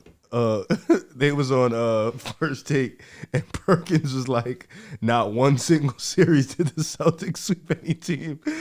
And Sharp was like, Indiana, fool. Like, they swept Indiana. He was like, oh yeah, they just swept them. I'm sorry, but they're supposed to sweep these guys. That's just, and Perkins is a Celtic guy. Oh man, Perk fell off. He is not a Celtic guy. I don't know what he is. He's a Knicks guy right now. Yeah. Yeah, hate He's that. Anthony That's Edwards some traitor shit. JJ Reddick, man, him and LeBron having the podcast, very insightful, very bold. Like you Mind the game, Mo. Yeah, that's very for the top 0.1% people who like really know ball. To now he's might be the head coach for the Lakers. If this wasn't a plot, I don't know what the fuck is. But shout out to JJ. LeBron has no say in head coaches. Right, yeah, I bet. But shout out to JJ if he does get a head coaching spot, because I feel like he's always hinted at that or gave the idea that he wants to do it with the way he talks ball. And you're right, Drew, he might bring a different approach, especially with him just recently retiring from the league, him kind of being a player's coach in that way. But I think seeing how he, you know, connects with NBA University and connects with people on Twitter and connects with the analytics of the game, I'm very curious to see what type of approach he takes to coaching, and with him bringing in a staff like Rondo and other guys who've played. How are they going to clash back in the locker room? How are they going to build up these schemes schematically? How are they going to build up this team? Because with the Lakers, they're built kind of like that old, like even like their defenses have been built kind of like that old fashioned. We got the rim protector, we got the pesky defenders, and this year they kind of been a little bit better on offense. And the flip side, they weren't that good defensively. So it's definitely going to be interesting to see how Reddick just goes in there and changes shit up. I'm very curious to see how it happens. I want it to happen. I think that's probably the most interesting storyline out of almost everything in the NBA this offseason. Like we're going to talk about trades next. But I don't think we're expecting really any stars like Darius Garland, DeJounte, Trae Young maybe. But like there's solid players that are going to get moved, but there's really no like all-star player that's going to change things for I think any franchise. What the fuck did you do? I just drink water. He's a sick. Oh, he always does weird shit next to me. Bro, the way he's gulping it. He's like, I'm just drinking my water. and then he looks at me after he does something, knowing I'm gonna laugh. What do you think's gonna happen with JJ's podcast? You think it's over. done? It's done. Oh, even with the one with LeBron? I asked Joel about to this, be. excuse me, and I said I wanted to continue. It'd just be doesn't have awesome. time. But you can't have a player. We have too many players. Coach. Listen, it's time. Like it's too many of these podcasts. Now, To be fair, Lonzo Ball Draymond did have Steve Kerr as a guest on his podcast. It's not. I think impossible. I guess it's fine. Yeah, I'm gonna be honest. I That's feel just as that's if a guess. Because coaches do like radio interviews every week. So, you know, so if JJ leaves media to coach, I give him a lot of credit because he's built a great foundation for himself in media. It's a hit for media. He's comfortable. He's the biggest NBA talking head out there right now, and if he leaves, there's a gaping hole that's left with just basketball talk in general. Gaping wide open. We're losing NBA on TNT too, man. That shit is irresponsible. That hurt. They so funny. Like fuck. Someone's got to come in, whether it's Amazon. Someone's got to come in and just scoop them. Just buy us out, yeah. Yeah, they're saying Charles Barkley got a production company that is going to hire all of them. If they were just so funny, man. Fuck the analysis. They're just hilarious. Probably just like they probably just do like a partnership with a major network, or like his production company where he hires all like the producers and stuff. They like collab with the major network to have their show there. Right. Yeah, no, I don't want to lose that. The issue is though, it's just so perfect having them before the game. And halftime, yes, and then after the game. Having them on the same channel as the game, like realistically, I don't know if I'm going to tune in 30 minutes before and then after, like it's probably just not going to happen. The NBA, they're doing everything right now. Amazon got rights to show some NBA games. NBC did, so that's going to be on Peacock, but I think it should also be like on local television. What else? I don't know if Netflix did. HBO Max too. Netflix got NFL. Yeah, and Netflix is going to show Raw soon. Netflix is definitely a player in the live sports department. HBO Max basketball ESPN games. For sure. So right now we got Amazon, ESPN, Peacock, really that. It'll be the three. Yeah, basketball networks has been locked and chained to Channel 7, ESPN, TNT. That's been locked and chained. I love it. It's perfect, but I understand expanding. You're a huge league. You're having players. There are apparently conversations that when Wemby's due for money, he can maybe make $100 million. That's just how that TV Luka deals. contract's going to hit, what, 80? Yes. Yeah. I mean, because that's what you want. You want these major networks to, you want to get paid more, and you're going to get paid more from those exclusive rights. Like the NFL, they got Christmas on Netflix. They got Thursday Night Football on Amazon Prime. They're going to have a Peacock exclusive game for sure. I just don't know when it's going to be. They have ESPN and then regular cable. People will complain. I will be one of those that will complain. I will watch. That's just going to be what's going to happen. You're going to tune into whatever other channel? I don't give a fuck what it is. I will watch. If my Lakers are on Stars, I'm watching. Like, it does not matter. I don't know. I think we lost this because we were talking about JJ Reddick. But I think JJ Reddick to the Lakers, number one, I think it fits. I think JJ Reddick kind of has this like star-like personality because of what he's done on ESPN, because of what he's done with this podcast, being in LA, being with the Lakers, who that's kind of what their brand has been, damn near their entire franchise. It's all about stars, and as recently as bringing in LeBron and AD. And I think all the players are going to respect him. I feel like you even heard it kind of at the end of Darvin Ham's tenure. Caught that? At the end of Darvin Ham's tenure. He's been on my ass all day. So Agreed. I feel like Good he point. deserves it. Toughen it up. You saying you're soft? No, your ass. You're soft on my ass. Come on, bro. Come on, bro. But Darvin Ham's tenure at the end kind of got nasty. You're fucking sick fuck. I think they need You're a coach. A sick fuck. I think they need a coach that the players really, really respect. And I know LeBron respects him. And that's just going to trickle down the rest of the roster. And Drew's right. Bring some analytics. Bring some, 2024 NBA basketball, because there was a lot of ugly Lakers basketball we saw, especially early in the season, where it felt like Darvin Ham kind of just had his favorites. And this is who we're going to play because I trust you more than actually looking at the numbers. Time out. You got to keep pushing. Keep fighting. I hate him. All right, go out there. Starting fucking playing Cam Reddish and shit. Like, Yo, chill. So whack. Early in the season, it was awesome. He locked for Halle. like October. You had to be the He locked in-season Halle. champs. He locked Halliburton. We put the banner up in the fucking That's Raptors. so crazy. He has a Does he ring. play anymore? Oh, he got hurt. Who? Cam Reddish? He did get hurt. He got hurt. Also coincided with him being cheeks. He did lock Halle, though. That's his moment. In-season tournament. He did. It's not hard to. I mean, Now he we sit in the left. killed the Pacers. Sit on that right hand. He can't go left. He don't got no in-between game. No real cross. He just He gonna has call no the screen, do bag. that stupid Fortunately, ass that jump hasn't skip pass, Leaded to minutes for him consistently. Oh, okay. Well, My boy's an all NBA player, 13. Who's your boy? By the way. Oh, jump merchant? What you Jump talking skip about, pass Halliburton? merchant? Pass merchant. Great Jump decision skip maker. patch Just merchant. jumps in the air. Oh, I'll make this pass. I know a lot of people in 2K who play like Tyrese Halliburton. Oh, yeah. Get to like the the whole half community, I court. Get to the half court line. Dude's in the corner. Those are some great players. I'm amazing. You feel like Tyrese Of Halliburton? course. What is one trade that you guys think will happen this offseason? You don't have to go into the specifics, but just one player to one destination. What do you think it's going to be? It's either DeJounte or Trae Young. I think Brandon Ingram gets moved. That's another good one. I think this is the summer he gets That's a moved. lot, I don't truthfully. know where. I saw a lot of Philly talks. I saw a lot of Atlanta if they do decide to keep Trey and draft Alexander at 1. I think Brandon Ingram gets moved because I think they found a bit of a foundation with Murphy and Herb Jones at the wing spots. I do hope they can find a better solution at point guard, but they've been pretty comfortable with the fact that Zion's going to run point in the game. You have Trey Murphy who can defend at a high level, who can hit the 3 ball at an exceptional level, and he's confident in his game. Do you have Herb Jones, one of the best defenders, top 2 at worst in the league as a perimeter guy, and his 3-point percentage has jumped up. So you kind of just need a different center, and you need a different point guard. I've seen DeJounte B.I. swaps going on, and I think DeJounte with Herb, with Trey Murphy, I think he'll find that love for defense again. He kind of fell off a little bit in Atlanta. But I think B.I. is the one guy who I think is going to get moved. I just think at this point, they kind of look at it, his contract isn't too crazy. You want to get something for him that's good before you have to pay him that money. And you want to kind of maximize Zion as much as you can. And I think B.I. is not the guy for that. Garland for B.I. swap. I do see that, but I think you still have to move CJ. I agree. I think Brandon Ingram gets traded, no doubt. I think number 2 is Darius Garland. I think the Where we Cavs going? will extend Donovan Mitchell. New team. Nah. I think Garland's going to the Spurs. Oh. And Well, I there. think he's going to be great with the Fuck Spurs. yeah. Kyrie welcome back if he goes to the Spurs. Fuck. Disrespected him too much. He sucks. What do you want me to say? Please relax. Did you see the episode with John we had? I watched a little bit of it. They were debating with Darius Garland and was it DeJounte. DeJounte? Both of you guys said a lot of funny She shit. was nasty, I'll be honest. Yeah, both of you guys. I fried that little guy over there. No comment. I fried him. I like both guys.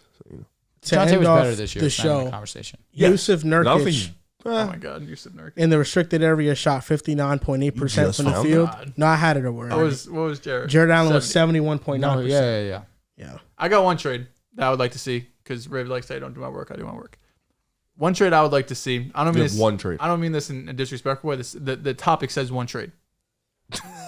You're an extra credit guy now. You had one you trade. come with like 3-4. Honestly, I'm giving you credit here. The one trade I want to see. Everyone's talking about Philly. I've heard Paul George a lot. The Jimmy Butler rumors are hilarious to me. Philly saying that we did him wrong. We want to kind of reconcile that relationship. I unfortunately think they're going to strike out in a lot of places. I think they're going to trade for Zach LaVine. And he's going to be their third star that they pair up with Maxey and That's Joel 46 Embiid. fattos. I know. They're going to have the money, and they're going to be like, we can't go in here with nothing. Zach They LaVine, let's settled do for it. Zach. Anthony Simons is also another player that I am anticipating to be moved. I do think Anthony Simons, whether that is most likely the Magic, that's one of the teams that come to mind. But I don't know if Anthony Simons stays with the Blazers long term. I think What's up with that disgusted look when he says Zach LaVine? That's one of your guys. you Going to love one of your You LaVine. wanted teams. him to go to the Knicks. I don't want it to be a third option. What is he? What do you think Zach LaVine is? This guy's Third crazy. option. I remember when we were talking was about him option being for the top Knicks 3. trade. I miss it, man. Levine was awesome. Injuries suck. I think you have to move Mikal Bridges this summer. It's not happening. I think you have to. I think his stock is going to continue to plummet if you continue to have him as the number one guy or the lead guy for whatever team you're trying to prop up, aka It's also Brooklyn. because it's inevitable. He's coming to across the pond. I mean, if he wants to go to New York, that's cool. Like wherever he wants to go, whether it be New York, it could be Cleveland. They're looking for a wing. Go find somebody. Philly, maybe they go cheap and like fuck it, let's go get Mikal. But I think you have to move him while Joel, his we stock need is still Mikal. cool. For the vibes. I want Mikal. I just don't want to give up too much for him. Trade Randall. Let's give up a first and Randall. That just can't. Nuts. I like Randall. It's like an overpay. Fuck it. Yeah, I don't know. That's like Randall insane. for McHale straight up. If we don't You're winning. have Randall, we're gonna have some size issues in the front court. I just don't know why the Nets would do that. too. Get Is no Mitch picks. healthy? Yeah, Is IH back? sure. I'm cash. They wouldn't start though. OG And would start at also the 4. Mitch, No, Mitch you IH can't one expect to will be start. healthy. IH will OG start. would start at the 4. You put Mikal That's at the 3 it. if you get Mikal. Yeah. And honestly, Dante at the 2. But you need Brunson at the a 1. real backup big because We're I up. just don't think you could trust Mitchell We're Robinson. up. Maybe Mitch is too. the backup pick. No, he would be, but I don't think you could trust him. Josh to be the Hart backup. wins 6 man of the Precious year. was cool for them. He was, yeah. He's cool. He was He's not decent. the worst third. You got to find Yeah. better, but it ain't I bad. don't know. I think Randall's underrated, bro. I agree. 2-time All NBA player. But his presence missed in this postseason. Have Yeah. you not told us Yes. before that you guys can win without him? We can't win without I him. think there are better fits next to Brunson. Honestly, and OG Julius was more of a loss than Julius, and I'm pretty. That's Stamp easy. that. That's easy. Randle. They would have Yeah. gone to the ECF probably. 100%. But if we had Julius, we'd go into the ECF too. Without OG? I wish that this was. If you had no OG but Julius, you go to the ECF? I think so. Yeah.